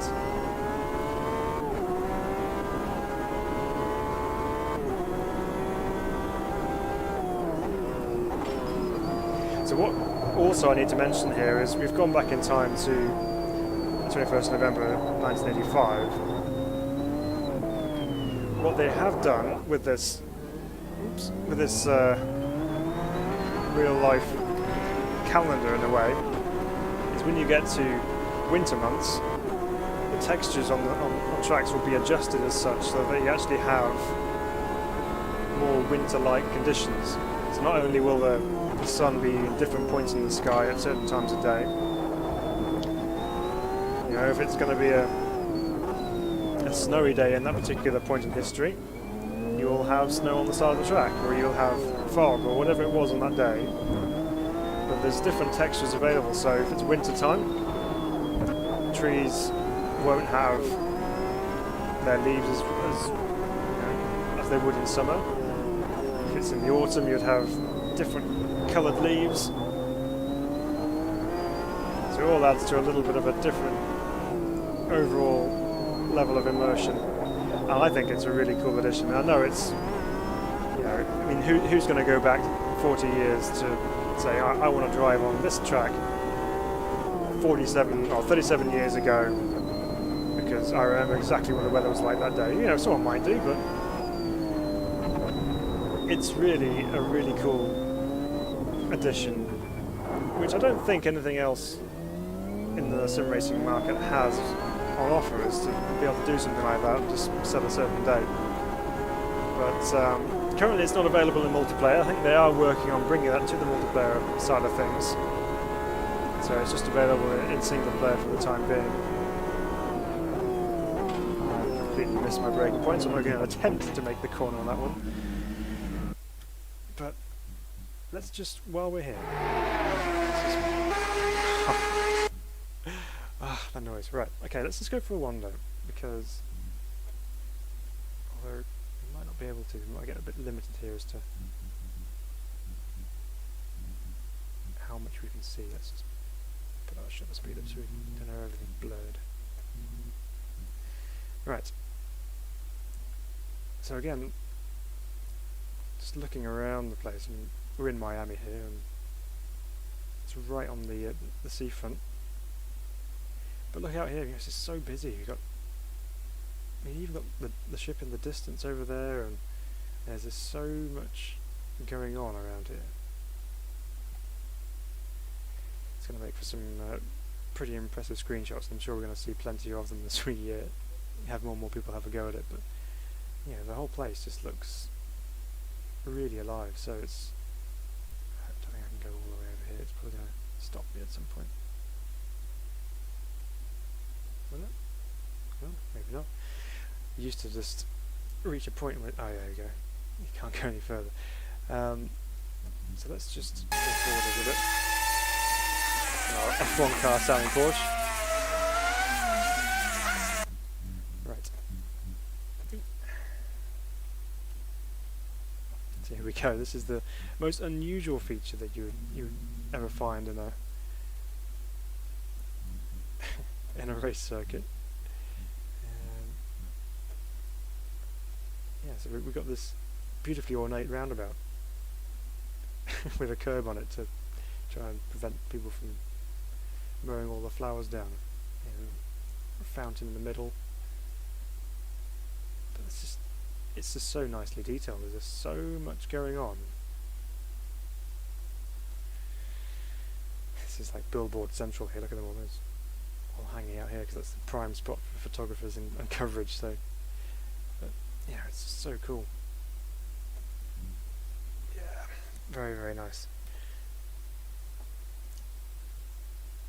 So it'll add realistic weather progression to for the track season. So I like the idea. Yeah, it's a great idea. So instead of choosing weather slots, let history do it for you. Exactly. So it takes that kind of element out of it. You know, you can let it go through its natural progression. So you know, if you pick a day which may well have had sunshine to start off with, but then progress through to a rainstorm in the afternoon, you can also set the time scaling of it. So you can either do it in real time, obviously, or you can go 2, 3, or 4 times, however fast you want to take it through, so it actually progresses through that weather quicker. So you get the chance to have the opportunity to experience all those weathers on that particular day. So lots of things you can kind of play around with and get an idea of, and just add some extra variables to your racing, which I think is always fun. If you play offline, then you know, obviously a lot of people like to look for things such as career modes to try and maintain their interest, or you know, AI racing has its limitations, as we know. Some are good and some are able to give you a good race, but you know, having an extra element to it where you can throw in some unpredictability, for example. You can go back to a date which you have no idea what the weather's going to do, set it for that, and then just see what happens. And it's, you're constantly guessing then. So you're not like, oh, I know, because I set this time slot, and I said I'm going to start off in sunshine, I'm going to go through to to rain, and then I'm going to have a thunderstorm to finish off with. That's coming, so you're like, okay, I'm going to plan to pit on lap 2, go to wets, and everyone else will be going around on slicks thinking it's all fine, and all of a sudden this rain's going to come and I'm going to be able to just cruise past everyone because I've already got my wet tyres on. There's none of that. You just have this unpredictability. You don't know what's coming next, and you really have to react just like you would do in a real life situation. If you're out on track, you may well have a weather forecast, but at the same time you don't know exactly when that rain's going to strike. You don't know if it's going to completely miss your race or if you're going to have it halfway through. You just don't know. So it's a really cool feature, and I think it's really good to see in game. So let's return to the pit box, and we will skip to the end of that session. We haven't got qualifying, so we're just going to jump straight into the race here and see how we can get on here. This is going to be the ultimate test for this particular track, I think, because that first corner, okay, you can get through. It's just the next bit where you've got the roundabout, and it's quite narrow and tight, and we've got 25 cars on track with different speed abilities. How are they going to survive? That's what we want to know. So at the back of the GTE field, we have some GT3s behind us as well. So it's a 10-lap race, so we may or may not catch up with the GT3s, probably not. But we will go to the grid and see what happens.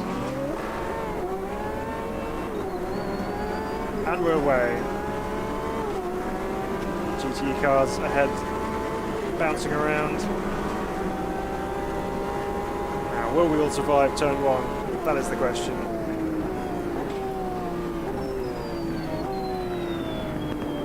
Oh well, that's pretty well organised.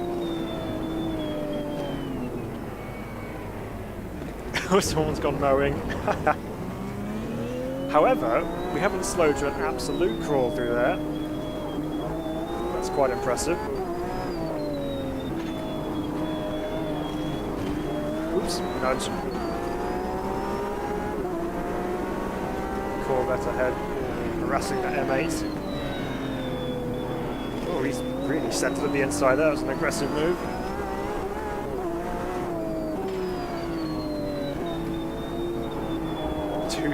Going side by side through there. We'll pick some of those off, thank you very much. On the brakes from a big block from the M8.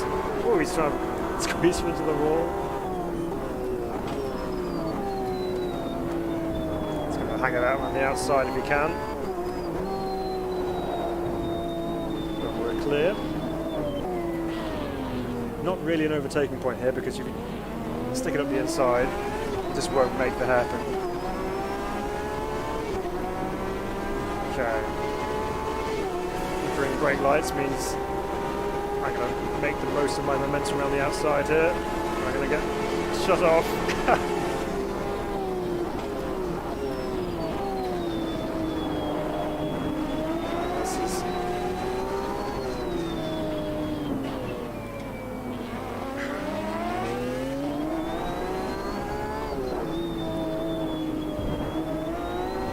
This is just epic. This is so cool.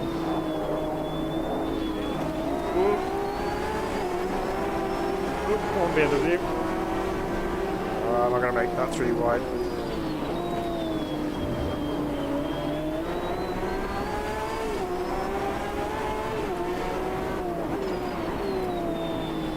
Some room on the inside because he's still there. He's got a better run off the exit. There we go. BM's quite slow in the straight line, so we should have him here.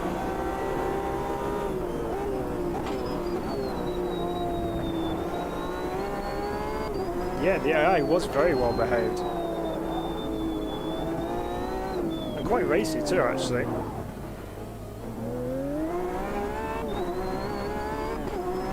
So we're now P5 in class, so we've got some more GTs ahead of us. Let's see if we can catch up with them.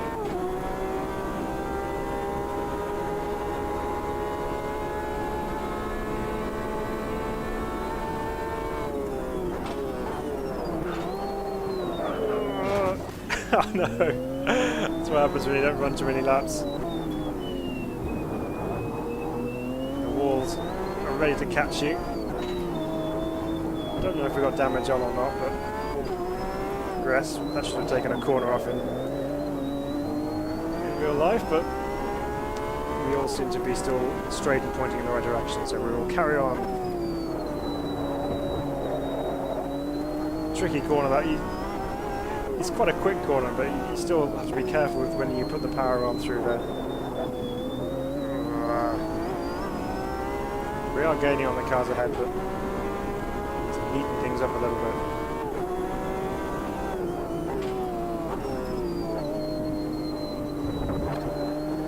Very careful on the old brakes. To be a little bit more aggressive if I can. What I say about no overtaking through the hairpin? No one told the AI.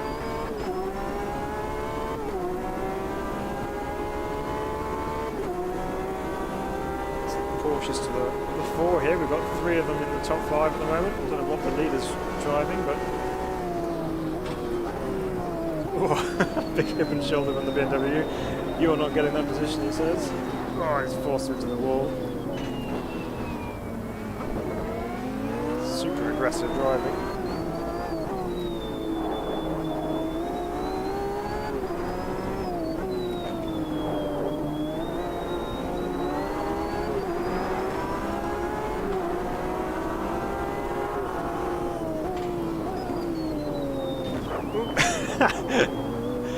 When you thought you got it done. Nope.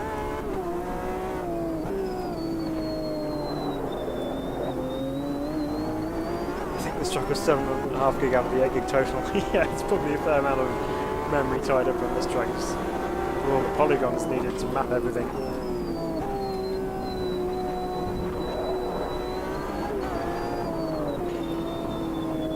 We held up behind this building. The other Porsches are getting way ahead of us. Get him into turn 1. Sorry. This didn't accelerate after the corner. It was really weird. Right, well we're through anyway. Let's go get those Porsches.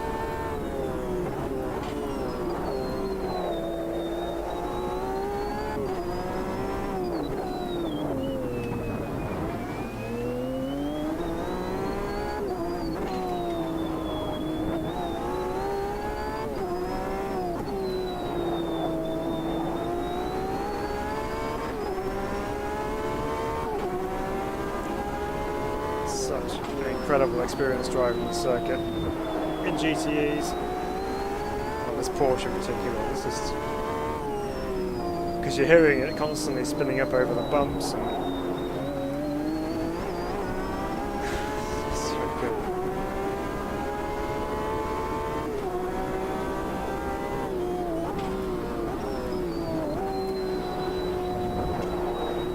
Okay, we're right on their case again.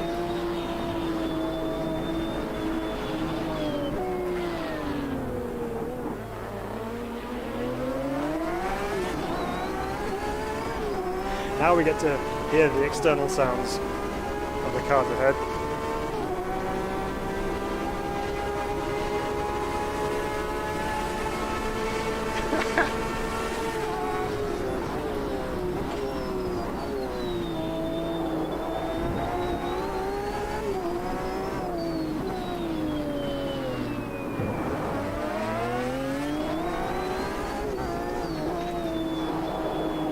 Pretty intense driving around here, I'm going to be honest. There's not too many opportunities to take a breather, to let up your concentration.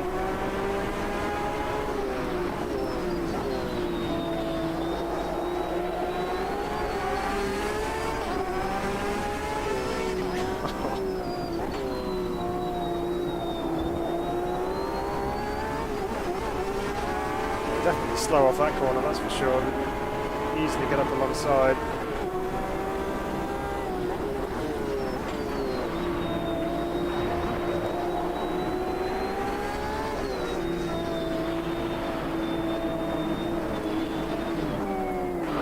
Oh no! Turned around by the Porsche, who's had an idea that going up the inside is a great plan.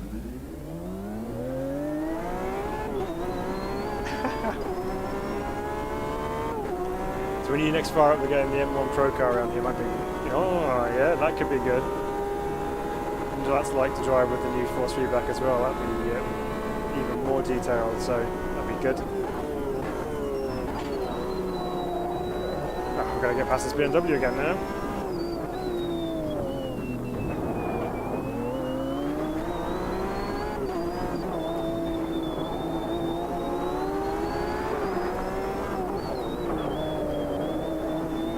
Block past that. Right, let's go get those aggressive Porsches again.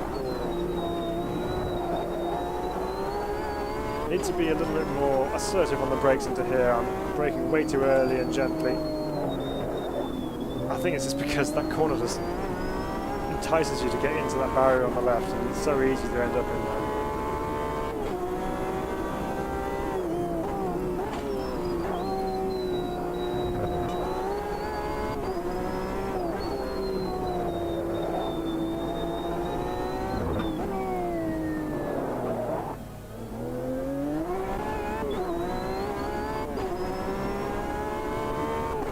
The thing is, I'm shifting where I think I should be shifting because the engine sounds like it's absolute maximum revs, but it still hasn't lit up the LEDs on the steering wheel.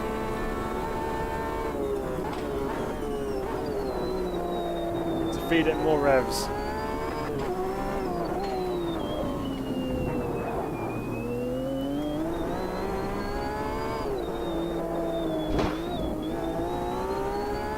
Snatch you on the brakes. Time through. Just as well damage is off.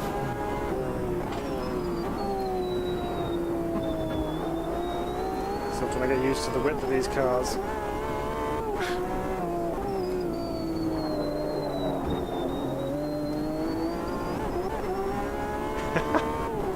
Just love it when you go over the bumps, you just hear the engine just bouncing. Two are still fighting it out.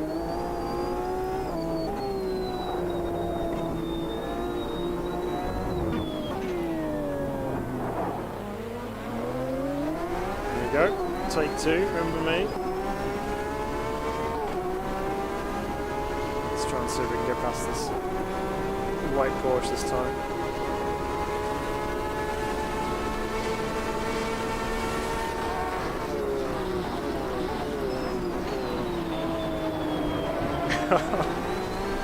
He's brave, I'll give him that.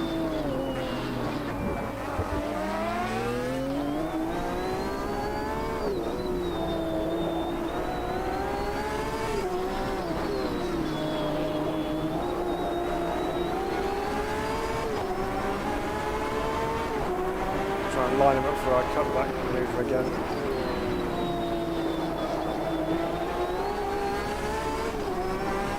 The exit of this corner here is where we can hopefully get alongside him.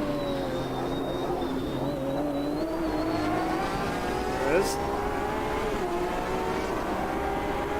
Try Cobra Montana at Daytona at night. Okay. Done deal.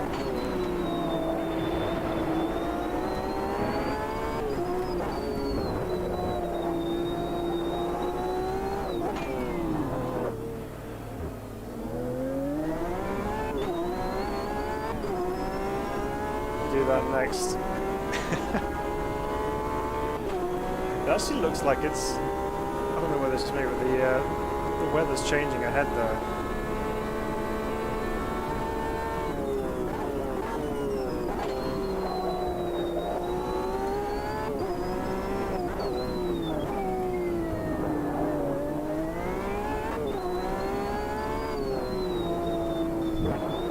Oh, that's a bit too much curb.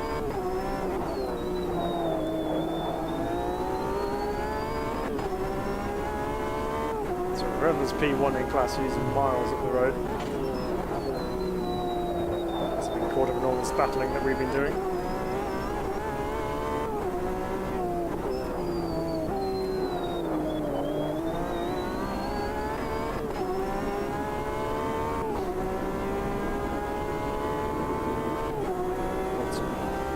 distance on the cars behind.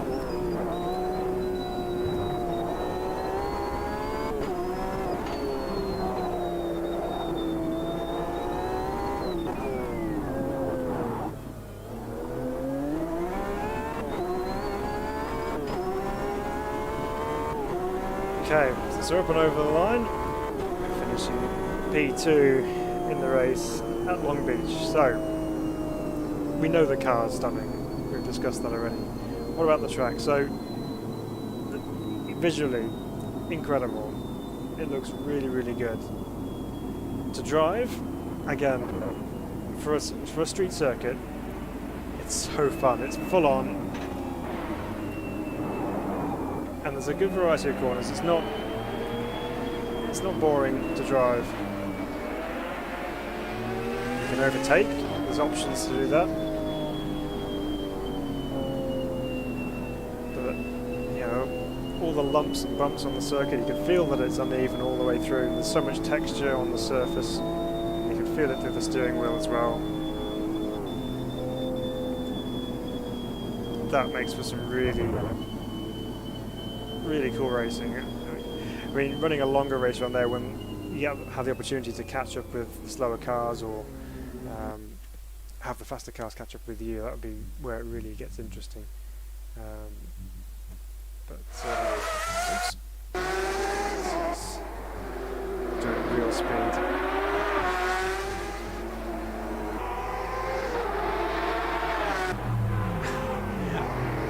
Even the side. The trackside cameras look really cool as well. Oh!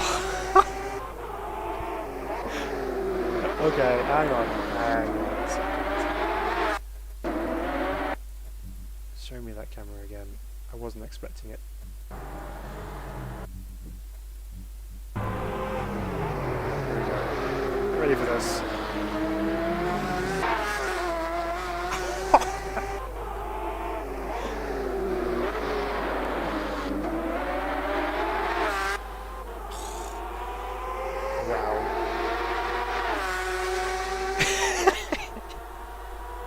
I love the raspiness of it, it's so good.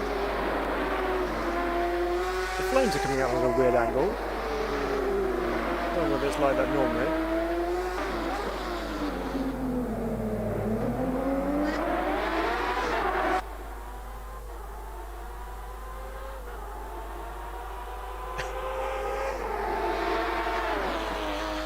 But also, it's not just the sound of the Porsche, you can hear it bouncing off things. It's really nice actually. You can tell that it's bouncing off all the walls because you got all the enclosed spaces around. So the reverb sounds pretty cool actually. Oh, yeah, no, big fan of that. Big fan of that. Okay, so Azaris, you wanted me to try the Cobra Montana at Daytona at night. Let's do it. Let's see what happens with this. We'll do a race as well because why not? Just a quick fire race. Let's do this. So. Cobra Montana. This isn't a new car, by the way. This has been in the sim for a fair while. Back to Daytona we go. Right. I'm not going to bother with practice. We're just going to do the race. So start time. Started at 9 o'clock at night. Oops, not 99 laps. It's excessive. We'll do a quick 6-lap race. Yep, default progressing. Yep, that's cool. Right. Let's see what happens here then. I don't know if I've got any headlights on this thing. Does it have headlights? Is that why you want me to try it? Desperately trying to find our way around the infield without knowing where we're going. Okay, so new content wise then. Fabulous so far. I mean, all the cars have their own individual qualities. I will say that the M4 is probably the weakest of the new content. It's not to say it's rubbish. I did quite like it, but it's just not. It's not got that draw about it. It doesn't bring you in to try it again as much as it does with the GTEs. I think that's where the bulk of the focus of this particular DLC is going to be for a lot of people. A lot of people are just going to run the GTEs because they're just that good to drive. But overall, I think as a package, very, very good, and it's a really good step forward again for Automobilista 2. They keep progressing forwards, they keep adding new things, they keep trying new things, and it gets better with every update. And this one is really, it's taken the bar from which was already very high, and it's just absolutely extended it. Really good. Okay, so let's try this Daytona with the Copa Montanas. Oh, look at it with the night lights. Crowds in the grandstands. Here we go. What's going to happen to turn one?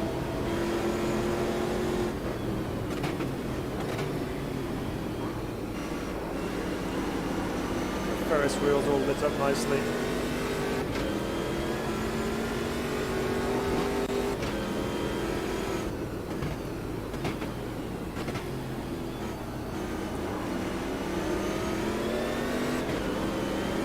We're in 26th, we're at the back of the grid. Let's see how far forward we can go. On the outside of the kink? Yeah, I don't think so.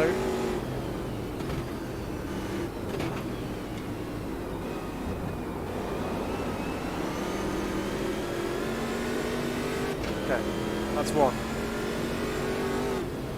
I'm not going to just massively dive bomb everybody. Something quite easy to do with AI. You just think, oh yeah, just throw it at the inside and turn one and you'll get past 10 cars, but I'm going to try and do this properly, like it's my car. Right, let's get in this draft up here.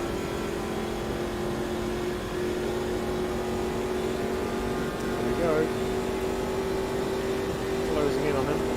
Oh, they're all the way through the bus stop already. Ah! It's too busy looking ahead. Missed my braking point.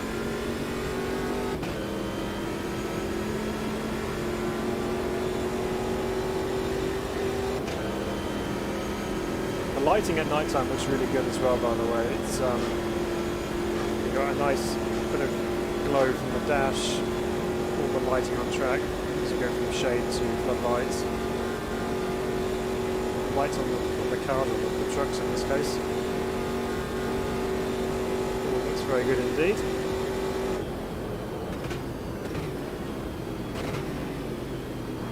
Let's keep a tight line through turn one.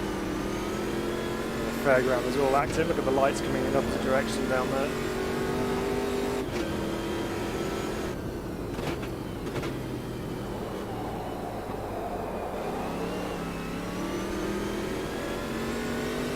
This is where you get into the detail. Look at all the lights everywhere, it's so cool.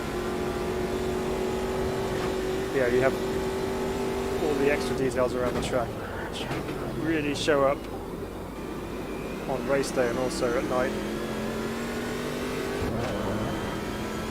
It does, doesn't it? It looks really good.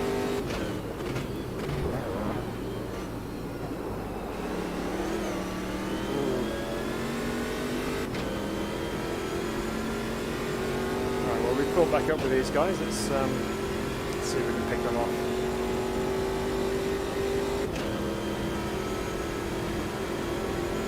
Not miss our braking point for the bus stop this time.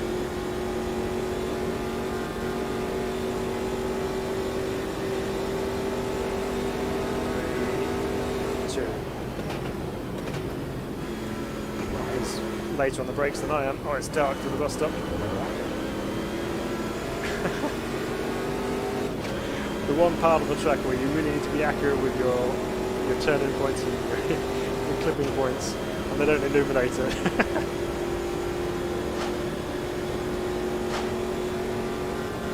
There we go, on the outside and on the banking. Let's go 3 wide, shall we? Definitely got a top speed advantage over these other cars, somehow.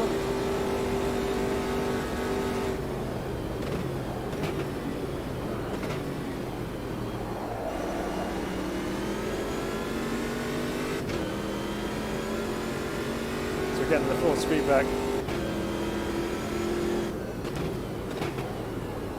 It's been applied across the board, so it's not just the new cars which have the benefits of the new force feedback. What I am like, you can see the reflection of the brake light, or the tail lights of the car ahead of you through the windscreen. That looks so cool.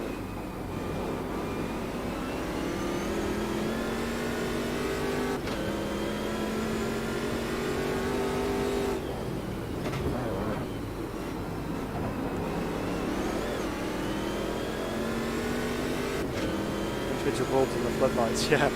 No, they're all individually lit up, which is really cool.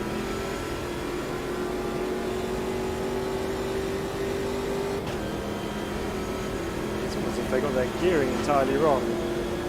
Just cruising on by. Clear? We're clear.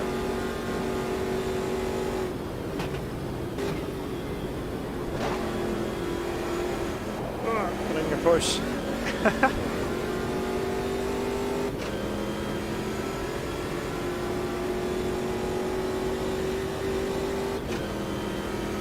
We're at the lead of this train now, but I don't feel we're going to get a little bit of help from them.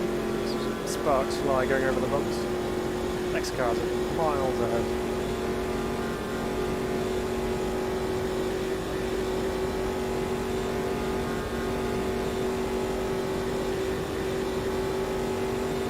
Turn one, we go again.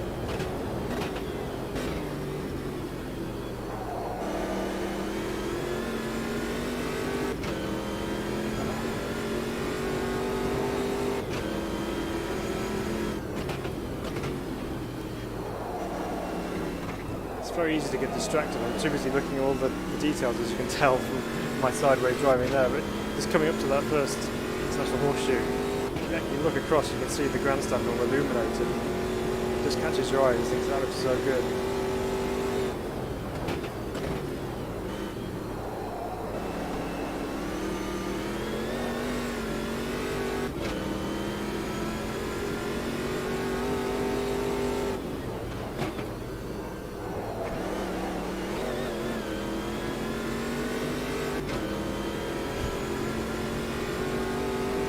It's all gone very quiet ahead of us there. I don't know how far everyone is ahead, but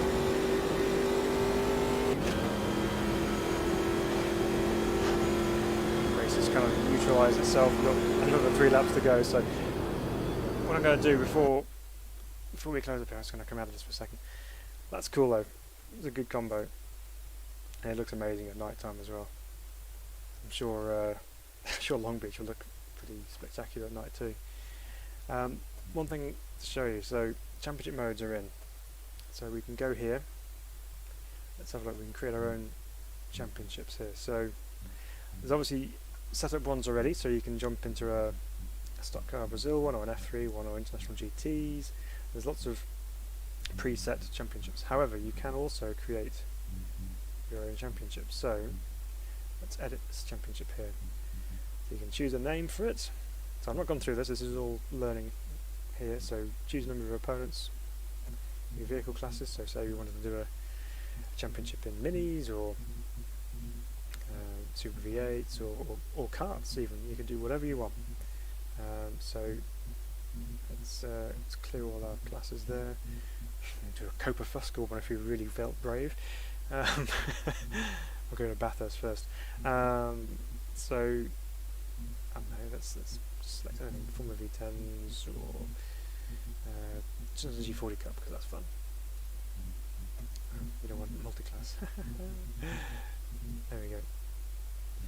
So that's that. So scorecard. So this is where you can change the type of scoring. So there's specific scoring types.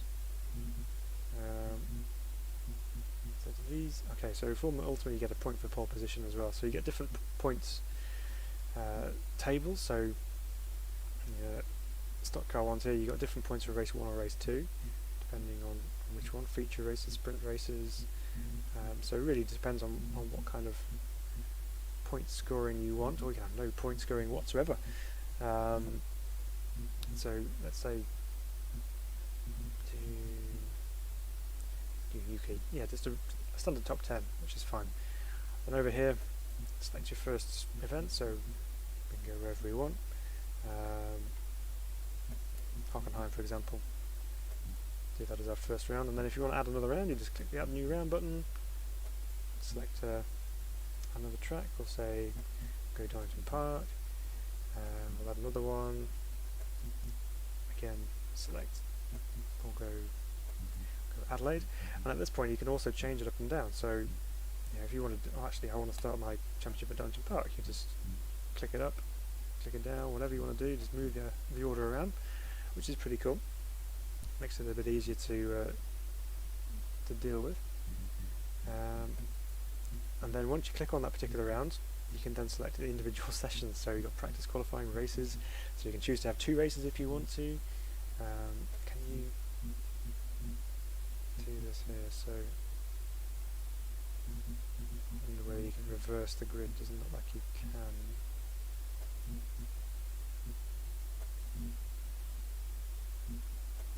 Maybe, yeah, so qualifying, again, usual, everything is on there. You can select your weather,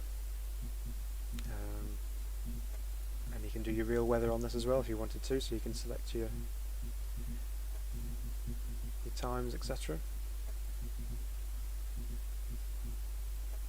So yeah, it's pretty good. I mean, you can do quite a lot with it. You can tailor your championship exactly if you like. So if you do race offline primarily, this is a really cool feature, and it's, I think in a way, for a lot of people, it's been long overdue to have the custom championship side of things, because they've had, they've had set championships set up for a little while, but not everyone wants to do a championship in the stock cars. Not everyone wants to do an F3 championship.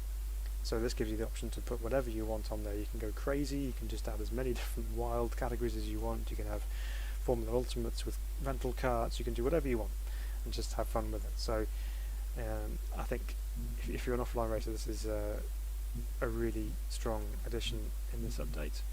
You know, with the options you have available to you, there you go. You got your start dates. You can change it to whatever you want, and it'll give you that option. So yeah, each round can use historical data. Yeah, absolutely, you can do that. It's just a case of choosing your date for that one. And come out, we'll check out the Hockenheim one, and again, you just go in and say, yep, that's the date, and changes it from there. So pretty cool. I'm very impressed with the. So how many rounds can you add? Okay, have we reached our end? No, we haven't. I'm looking at my little thing getting smaller and smaller, so you really can.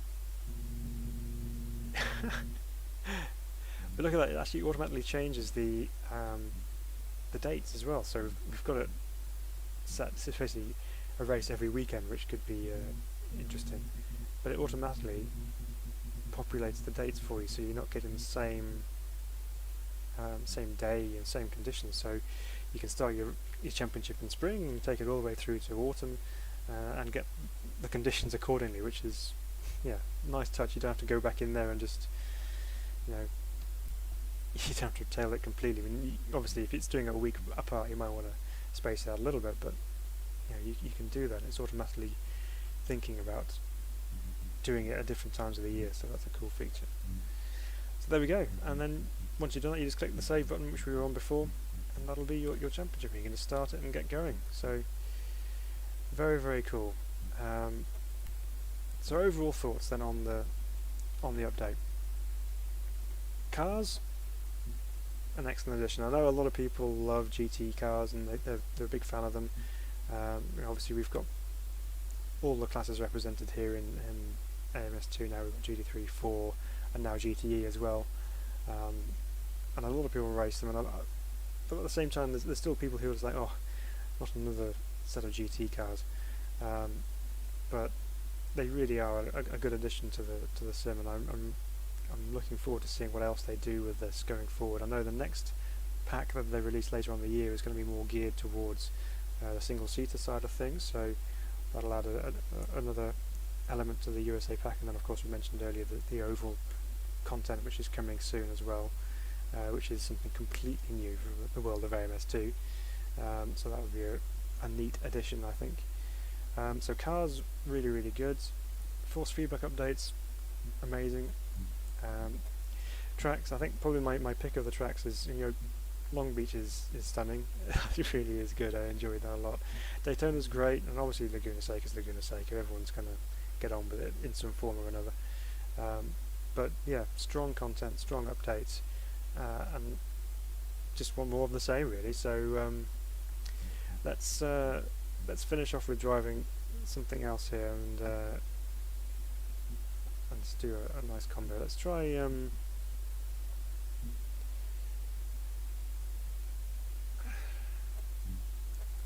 I don't know. What should we do? Should we do? Because I'm always gravitating back to these GTs because they just drive so nice. We're going to drive the Corvette, and we're going to take it to. I'm going to take it to Laguna Seca and just see what the cars are like there. So we'll do that.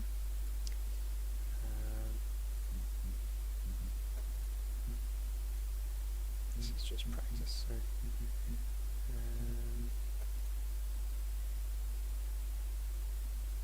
Yeah, some classic US stuff would be good. I'm not sure what other tracks they're going to add in with the formulas when they come. Before they get Indianapolis in there, I would have thought you can't really have a US pack without Indy, I suppose. But whether they add some shorter tracks, maybe like Lime Rock, or I'm sure Watkins Glen will be coming as well. I hope Sonoma's on there because that's one of my favourite American tracks. Yeah, who knows? I get something like Barber or Utah Motorsport Complex, whatever it might be. I don't know, but it'd be good to see some interesting different tracks out there. Let's do some rain racing. Let's drive in the rain a bit. So we'll put a storm on, and we'll drive at Laguna Seca in storm conditions in the Corvette, because this is an American pack, so we're going to drive an American car, right? So let's, as good as that Porsche is, they can easily jump in that and drive that again. Let's try this Corvette to finish us off, and let's see how this goes. It's raining. So that's quite nice actually, the rain sound effects on the roof. There we go. Wipers on. Let's go see how little grip there is.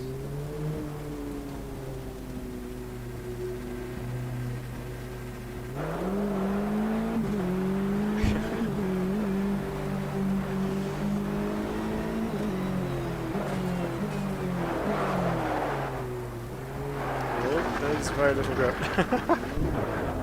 Yes, there's very little grip.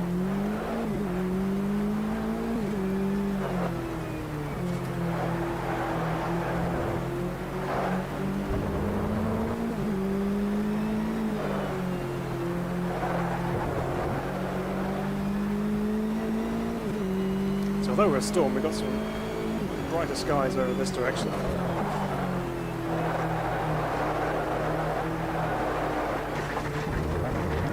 Some understeer going on there. Favourite corner of all time. Just gonna hold on.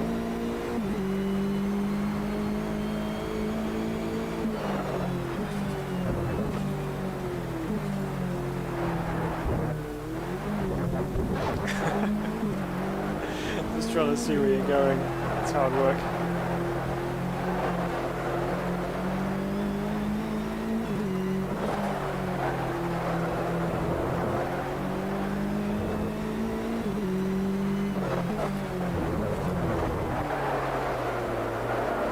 Stop.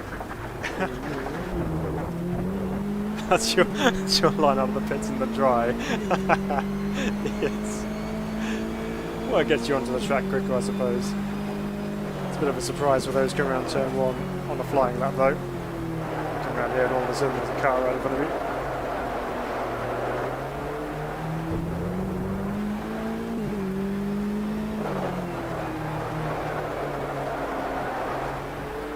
So there's an awful lot more tyre scrub going on, as you can hear through the sound effects. Just because there's a lot more sliding around going on, basically.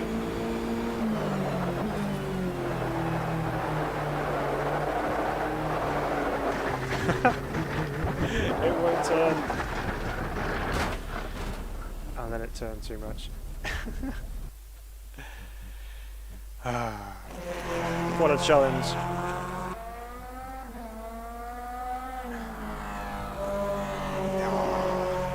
Yeah, the external sounds are good. Getting more used to the internal sounds on the Corvette as well though, so it's not too bad. That sounds awesome. Still running off on that corner. Well, there we go. So that's our review of the Automobilista version 1.2 and the Racing USA Part 1 DLC pack. Excellent progress. Really, really good. Worth checking out. If you haven't downloaded them already, definitely worth doing. And if you have downloaded them, I'm sure you're going to be in for a lot of fun over the next few weeks or however long you're going to play with it for. But it's yeah, very impressive actually. It's that's made me a happy man. So there we go. I hope you enjoyed that. If you have enjoyed that, please do click the like button below. It will mean a lot to the channel, help get our videos boosted up there and get more people in to watch. That'd be amazing, and then we can share these fun experiences together. And if you haven't already subscribed to the channel, please do hit the red subscribe button and become a Sim Racing Bible teammate. You become one of our subscribers, part of us, fellow people who love sim racing as we do. But thank you so much for joining us once again on this Saturday evening. Hope you enjoyed it. It's got some news coming. Hopefully very soon you'll be able to hear me better because we have a new headset coming. So fingers crossed that won't be too far away, and then you can actually hear me clearly without me having to shout from my microphone to actually register my voice. So exciting times coming up. So we'll see you all very, very soon, and I hope you have a wonderful week, and take care of yourselves. Until next time.